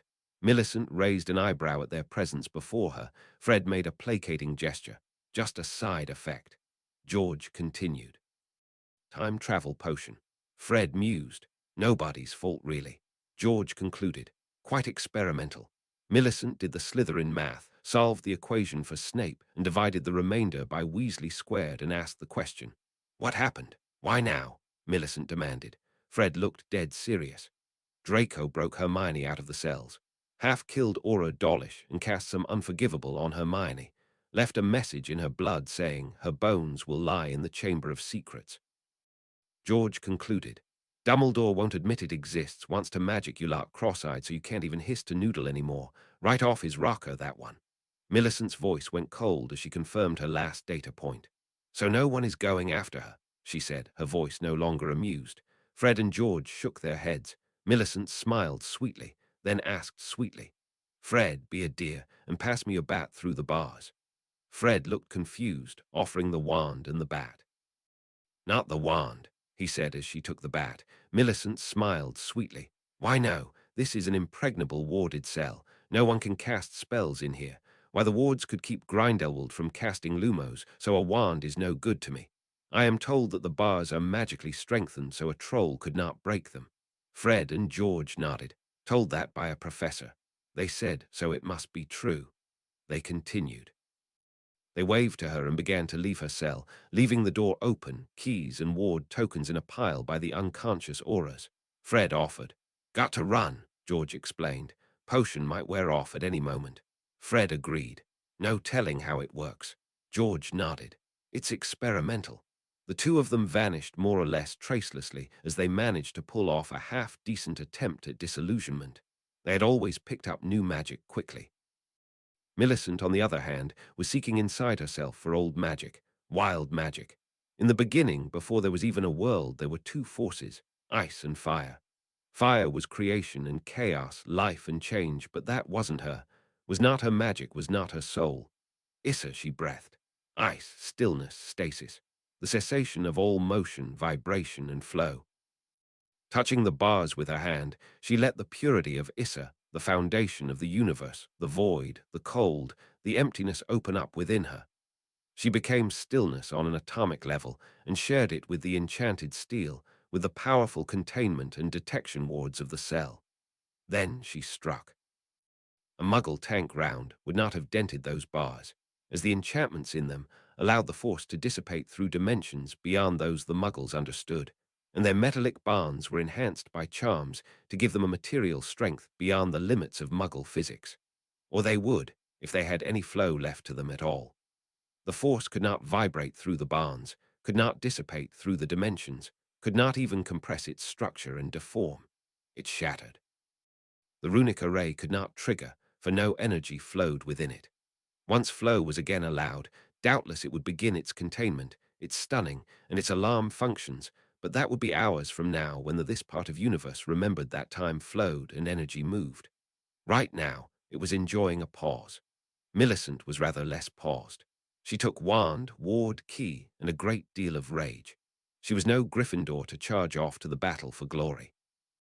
She was no Hufflepuff to take a job uncomplaining because they knew no better. She was a Slytherin Morgana, damn it. She knew that she was a second-year student and had no business entering the Chamber of Secrets to face what was now probably a fully reborn Tom Riddle, or give him his true name at this point, Voldemort.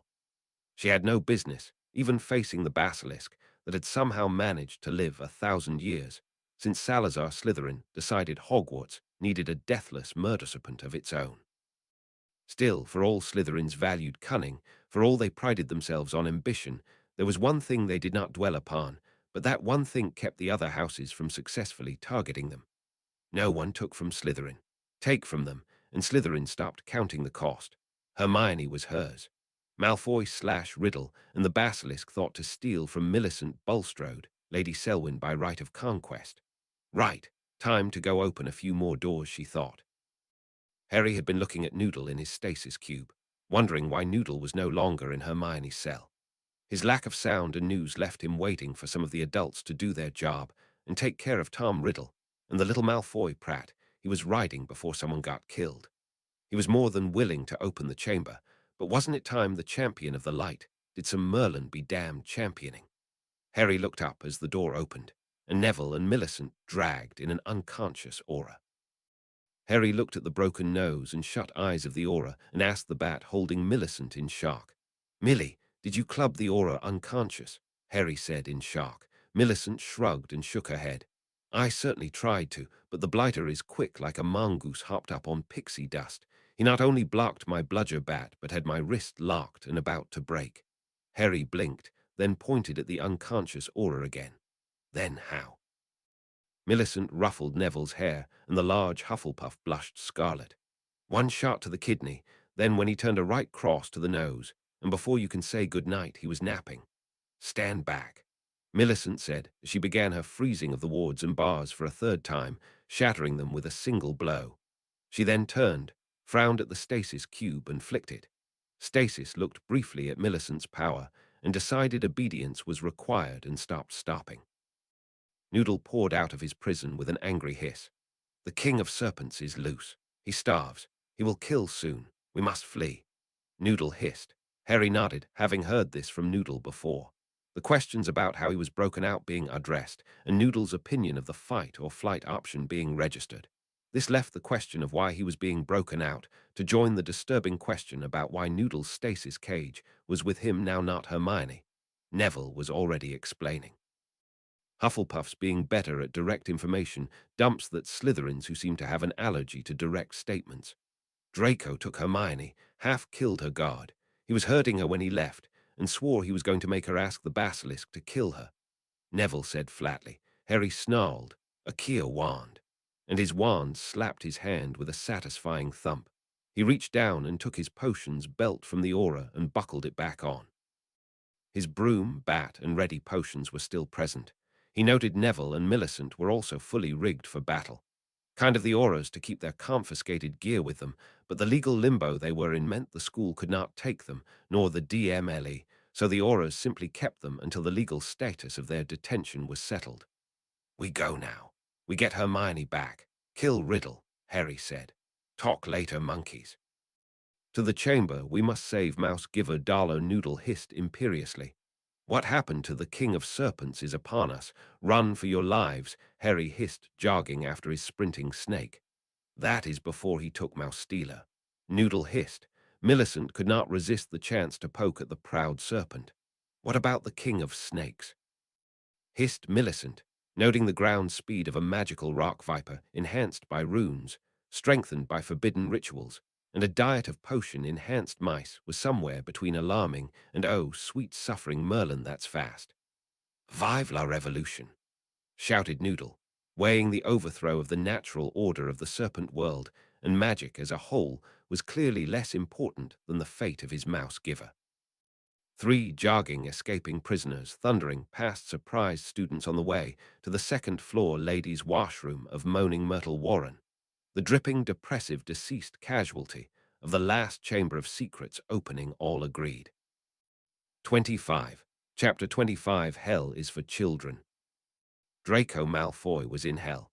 Wizards and witches had fled the Muggle world, and their ridiculous church, with its morality of weakness, founded on the supreme sadism of its eternal promised flames back when the statute of secrecy divided their worlds. Wizards remembered the truth. Hell is something you make for yourself, and it had another name. Hell was called awareness. Draco remembered who he was. Here at the last, when he didn't even own his body anymore, when he was simply a well of life energy and magical power being drained dry so a ghost could bind enough of itself to Draco's body and walk out pretending to be him, Draco remembered who he was. Draco Malfoy had grown up the son of Lucius Malfoy, the Death Eater.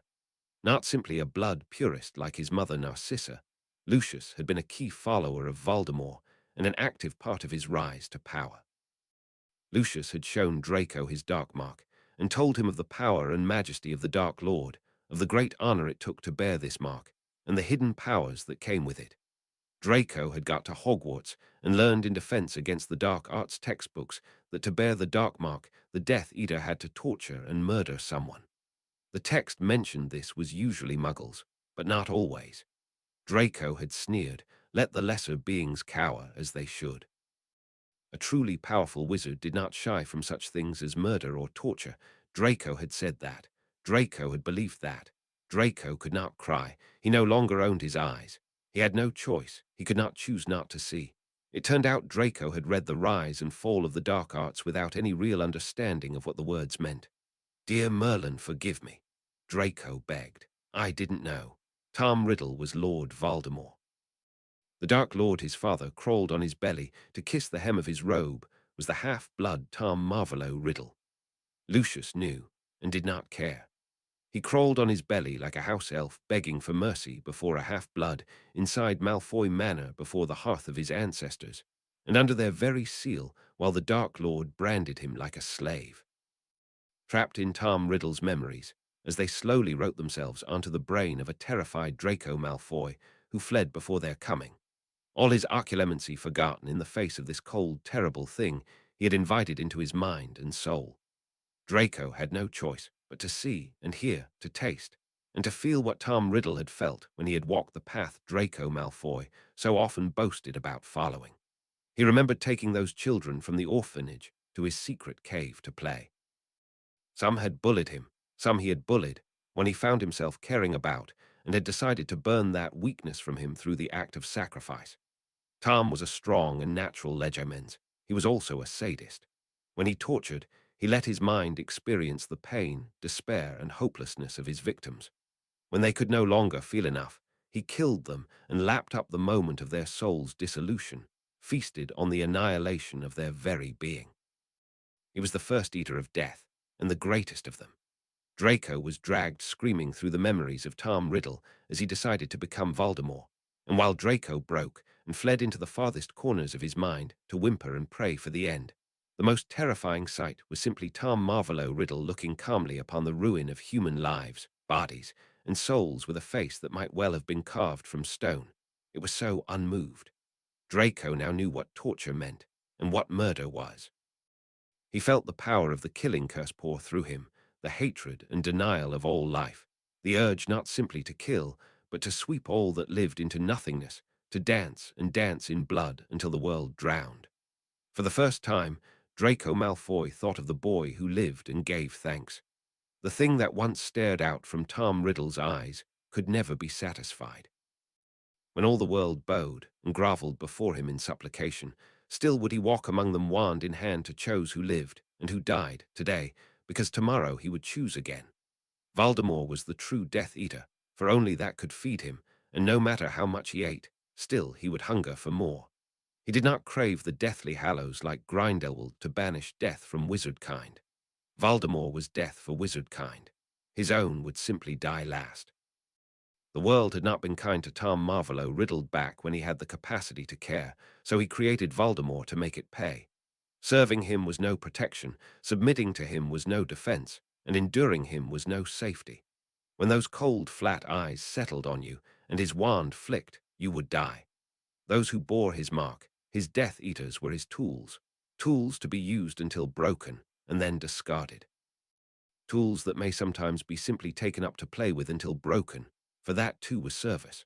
Lucius Malfoy had promised Draco that if he studied hard, became powerful, and amassed followers, he too would have the honor of becoming a marked Death Eater when the Dark Lord returned again.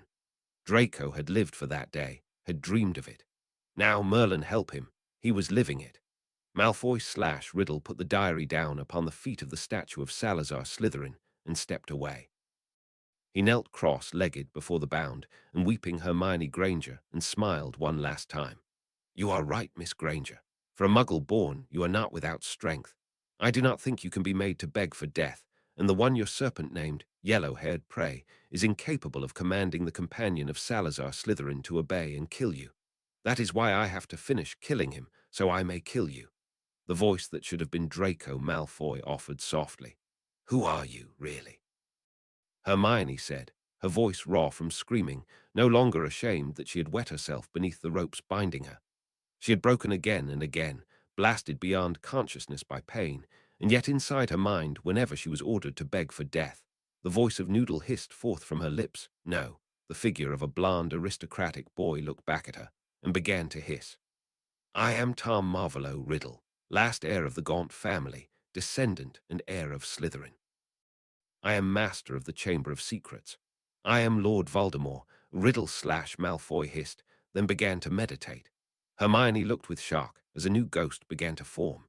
A terrified crying boy who looked far younger than his 12 years, dressed in the finest tailored Slytherin robes, and upon his hand gleamed the image of the heir's ring he was not old enough to actually be vested with, but which was already a part of his self-image. Draco whispered, and Hermione could barely hear it. "I'm so sorry. I didn't know. Not really. It wasn't supposed to be like this." Draco begged, and Hermione closed her eyes, knowing that the end was near. Draco never stopped begging for Hermione's forgiveness, knowing that the end was near. A rumble sounded through the floor, and Tom Riddle opened his eyes in cold fury. The Chamber of Secrets was being opened. "Dala, who dares disturb the heir of Slytherin in his place of power?" Tom Riddle demanded proudly. Harry, Millicent, and Neville charged down the passage after Noodle. It was Harry who answered for them. "Dala Hufflepuff Debt Collection Agency. Salazar Slytherin is demanding back rent for his house and has hired us to repossess it and to soundly spank the intruder. Best relax. We're all beta trained, so this might hurt a little." Harry quipped, charging forward. Tom Riddle recognized the challenger who had stilled his fiendfire, the boy who lived that had somehow destroyed his adult self. He would kill the others, but he had one weapon to use to eliminate this most dangerous threat. He did not yet have control of this body totally. If he used his own magic now to exhaustion, he might not be able to hold it and be forced to retreat back to the diary again. "Dala Salazar Slytherin, greatest of the founding four, open in the name of your heir. Come, slave of Slytherin, and kill for your master." The great statue's mouth irised open until you could drive a small car through it, but what came out was instead a basilisk the size of a small dragon.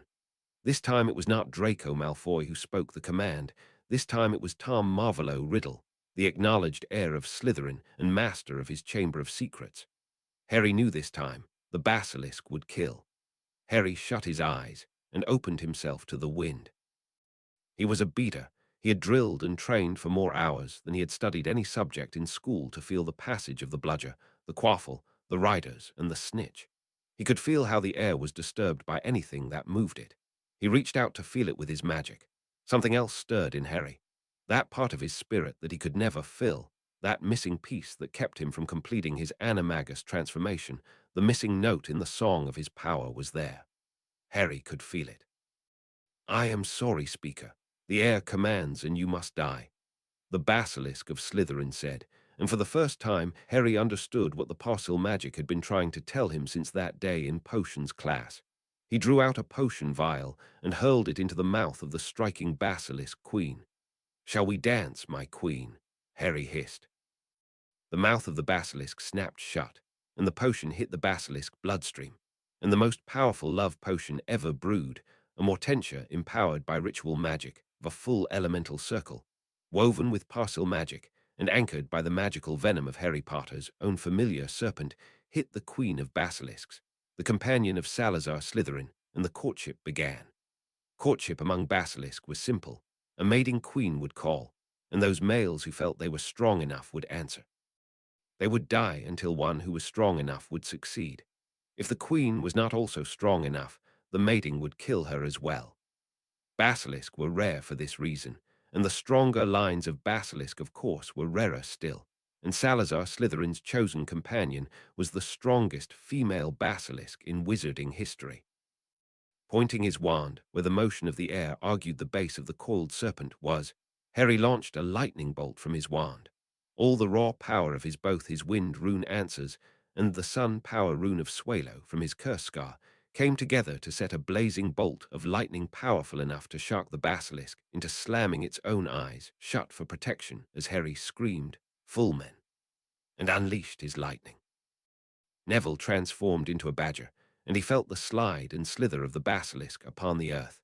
He needed no eyes to feel the presence of that cold, bitter magic upon the living earth of the chamber. Earth was his, and all that grew upon and within it. His eyes closed, he charged, and the claws of Hufflepuff's own tore into the ancient and spell-worked hide of the Queen of Basilisks, and for the first time in uncounted centuries, the Queen felt fear. Hermione felt the ground beneath her freeze as Millicent chanted softly, creating runic arrays from the ice. She summoned to work the stone of the floor into a slab of ice. Basilisks may be the king-o serpents, or queen if Harry was right, but they were still cold-blooded, and trapped upon cold stone would slow more than warm-blooded mammals. The greater the length of the serpent, the more it would affect her. She felt Noodle slide onto her to avoid the cold, and Hermione let her fire free for the first time. She had no wand, she had little magical energy left or strength. She had been tortured to within an inch of her life, but she had two things left. She had friends who came for her, and an enchanted Walther PPK. It wasn't a wand, but the average basilisk didn't wear enchanted bullet-proof robes or sunglasses. Hermione let the fire flow over her and Noodle, commanding it not to burn Noodle, but leaving it to eat the ropes binding her. Noodle climbed Slytherin's statue, bringing it to head height of the angry basilisk queen. "You will not harm my speaker," hissed Noodle defiantly. The basilisk turned her head, the potion running wild within her body. This was not the male, this was a lesser serpent. She hissed in rage at this lesser serpent interrupting her mating. "You dare! I am the queen of serpents," the basilisk said, and withdrew the outer lid from her eye, freeing the paralysis effect at her challenger. Noodle was already lunging. "Vive la revolution!"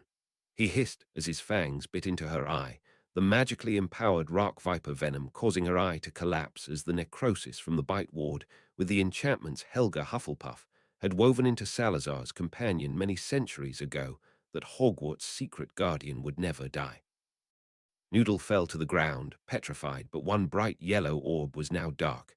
The Queen of Serpents was not to be mocked, and in rage she turned her good eye upon the little snake that dared to hurt it. She flexed to strike only for a pillar of fire to cause her to turn reflexively.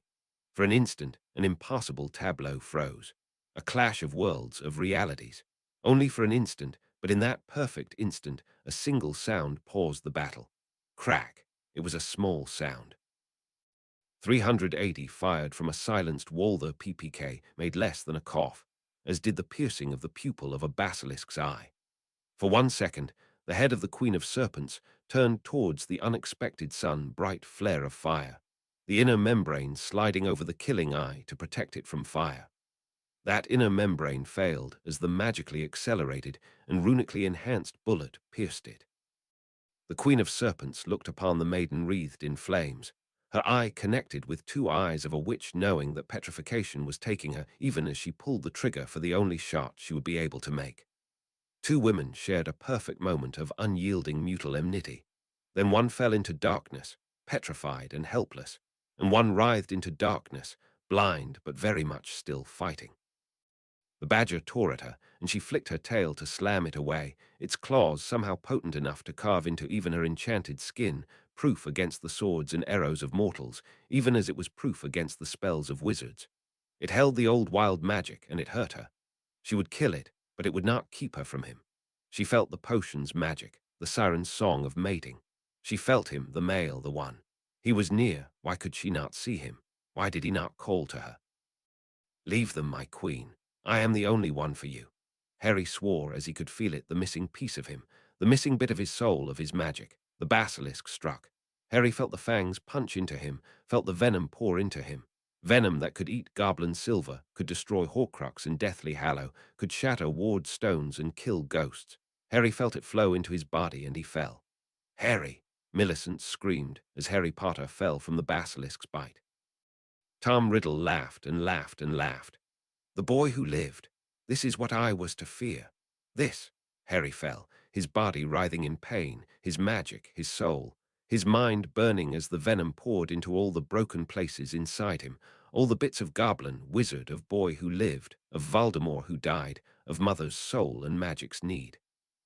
Deep inside him, the image he could never form, his spirit animal, his animagus form, his truth finally filled in as the venom filled the parts that had never truly been one and burned down the last barriers between them. Tom Riddle took up Malfoy's wand and pulled his magic to him. He was not done draining the Malfoy brat now, but the last real threat was done. His basilisk would kill the badger, and he the witch. Voldemort's rise began today. There was no one left to oppose him. Tom sent a whip of fire to cut the little witch's head off, but Millicent called up a wall of ice to stop it.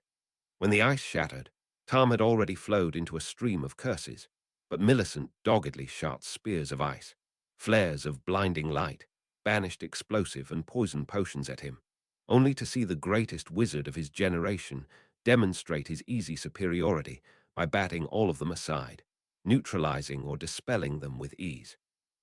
Millicent finally fell stunned as Tom felt the slap of her wand in his offhand as he disarmed her with ease. He paused before killing her when he heard his basilisk scream. He turned to see the badger had not yet returned within claw range of his basilisk, so what could make her scream in such pain? Harry was not dying. He knew that. He had died once before under the killing curse, and it didn't hurt this much. He could not feel his arms and legs. No, wait, that wasn't right. He didn't have his arms and legs. He saw Neville crawling towards the basilisk, one leg broken and still coming back for more. Eyes shut closed, stumbling, staggering, the Longbottom boy too Hufflepuff to quit, but too broken to win. Harry's vision went red. He felt his first iris slide back. His vision was red, the paralyzing red.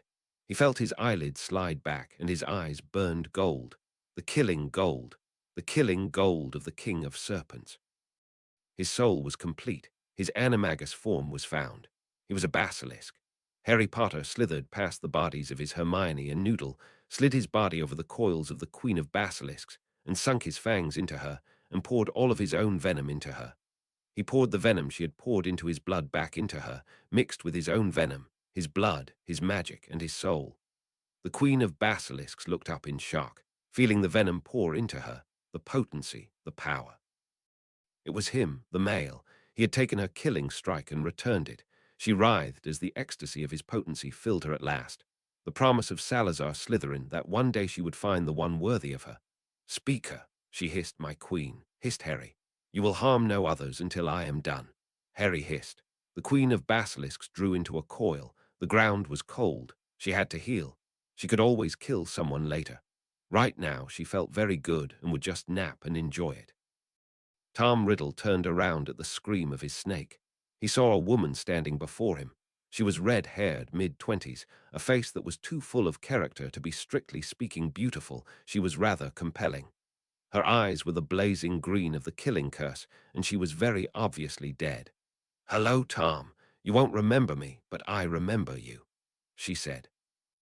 Being dead himself, Tom should have been less surprised, but even for the first Death Eater, seeing a vibrantly colored ghost standing before you smiling. Ghosts had no color, they were not real, they were echoes, powerless, they were nothing to fear at all. She smiled, and Tom felt fear creep into him. "Who are you, and how do you know me?" Tom asked, his wand coming up. Lilly Potter laughed. "Oh, Tom, how the mighty have fallen, drawing a wand on a ghost. What are you going to do? Kill me?" "You did that once, and here we are." Tom Riddle stepped back again, and Lily looked over Tom's shoulder and saw the huddling, ghostly form of Draco Malfoy. "Hello there, Draco. I am Lilly Potter, Harry's mother. Do not worry. In a moment, Tom is going to be dying, and if you are very quick and very bold, you might get your body back," Lily said, and reached out to stroke Draco's hair. Draco could feel it. Draco could feel it. His eyes grew wide. He looked at his body, and Tom Riddle looking back through his own eyes at Draco. Was he not dead then? Not yet. Tom searched through the memories in Draco's head. "Lilly Potter, I killed you. I used the killing curse and severed your soul. How do you still live?" Lily smiled at Tom. "I don't live. That is the point. Neither do you. When you came to kill me, I offered my soul to magic so my Harry would have the power to end you." Tom laughed then. "Your precious Harry is dead already. You will be just another ghost I leave in the Chamber of Secrets with the rest of these fools." This time Lily laughed, and Draco got to see the face of Lord Voldemort show fear for the first time. "Oh, Tom," laughed Lily. "My Harry isn't dead. He's just hungry." Tom whirled, his wand in hand, to see a small basilisk, not more than 12 feet long, open its mouth wide and bite his precious diary. He felt the fangs sink deep inside his soul and felt the venom pour into him. Tom looked into the golden, killing eyes of the basilisk, into the soul of Harry Potter, the boy who lived, and he watched the muscles of the basilisk mouth and throat work as it struggled to swallow the diary. Tom felt his soul, his memoirs, his magic begin to dissolve. He felt the tug of something pulling his very essence away. Something was consuming him. Harry Potter. Tom looked over at Lily Potter's ghost, and with tears in his eyes howled his final spite at her. "I will see you in hell." Tom Marvolo Riddle swore. "No," Lily said sadly. "With the price I paid, neither of us will even know that."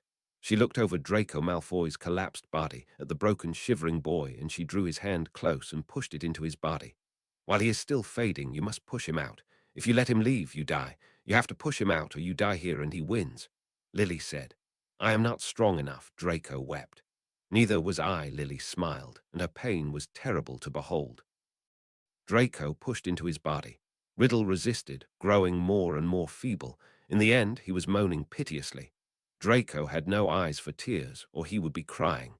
He felt like he was drowning a baby in a bathtub. He sunk into his body, feeling no more resistance to push against. Magical exhaustion flooded him, and Draco faded to black, alive but spent.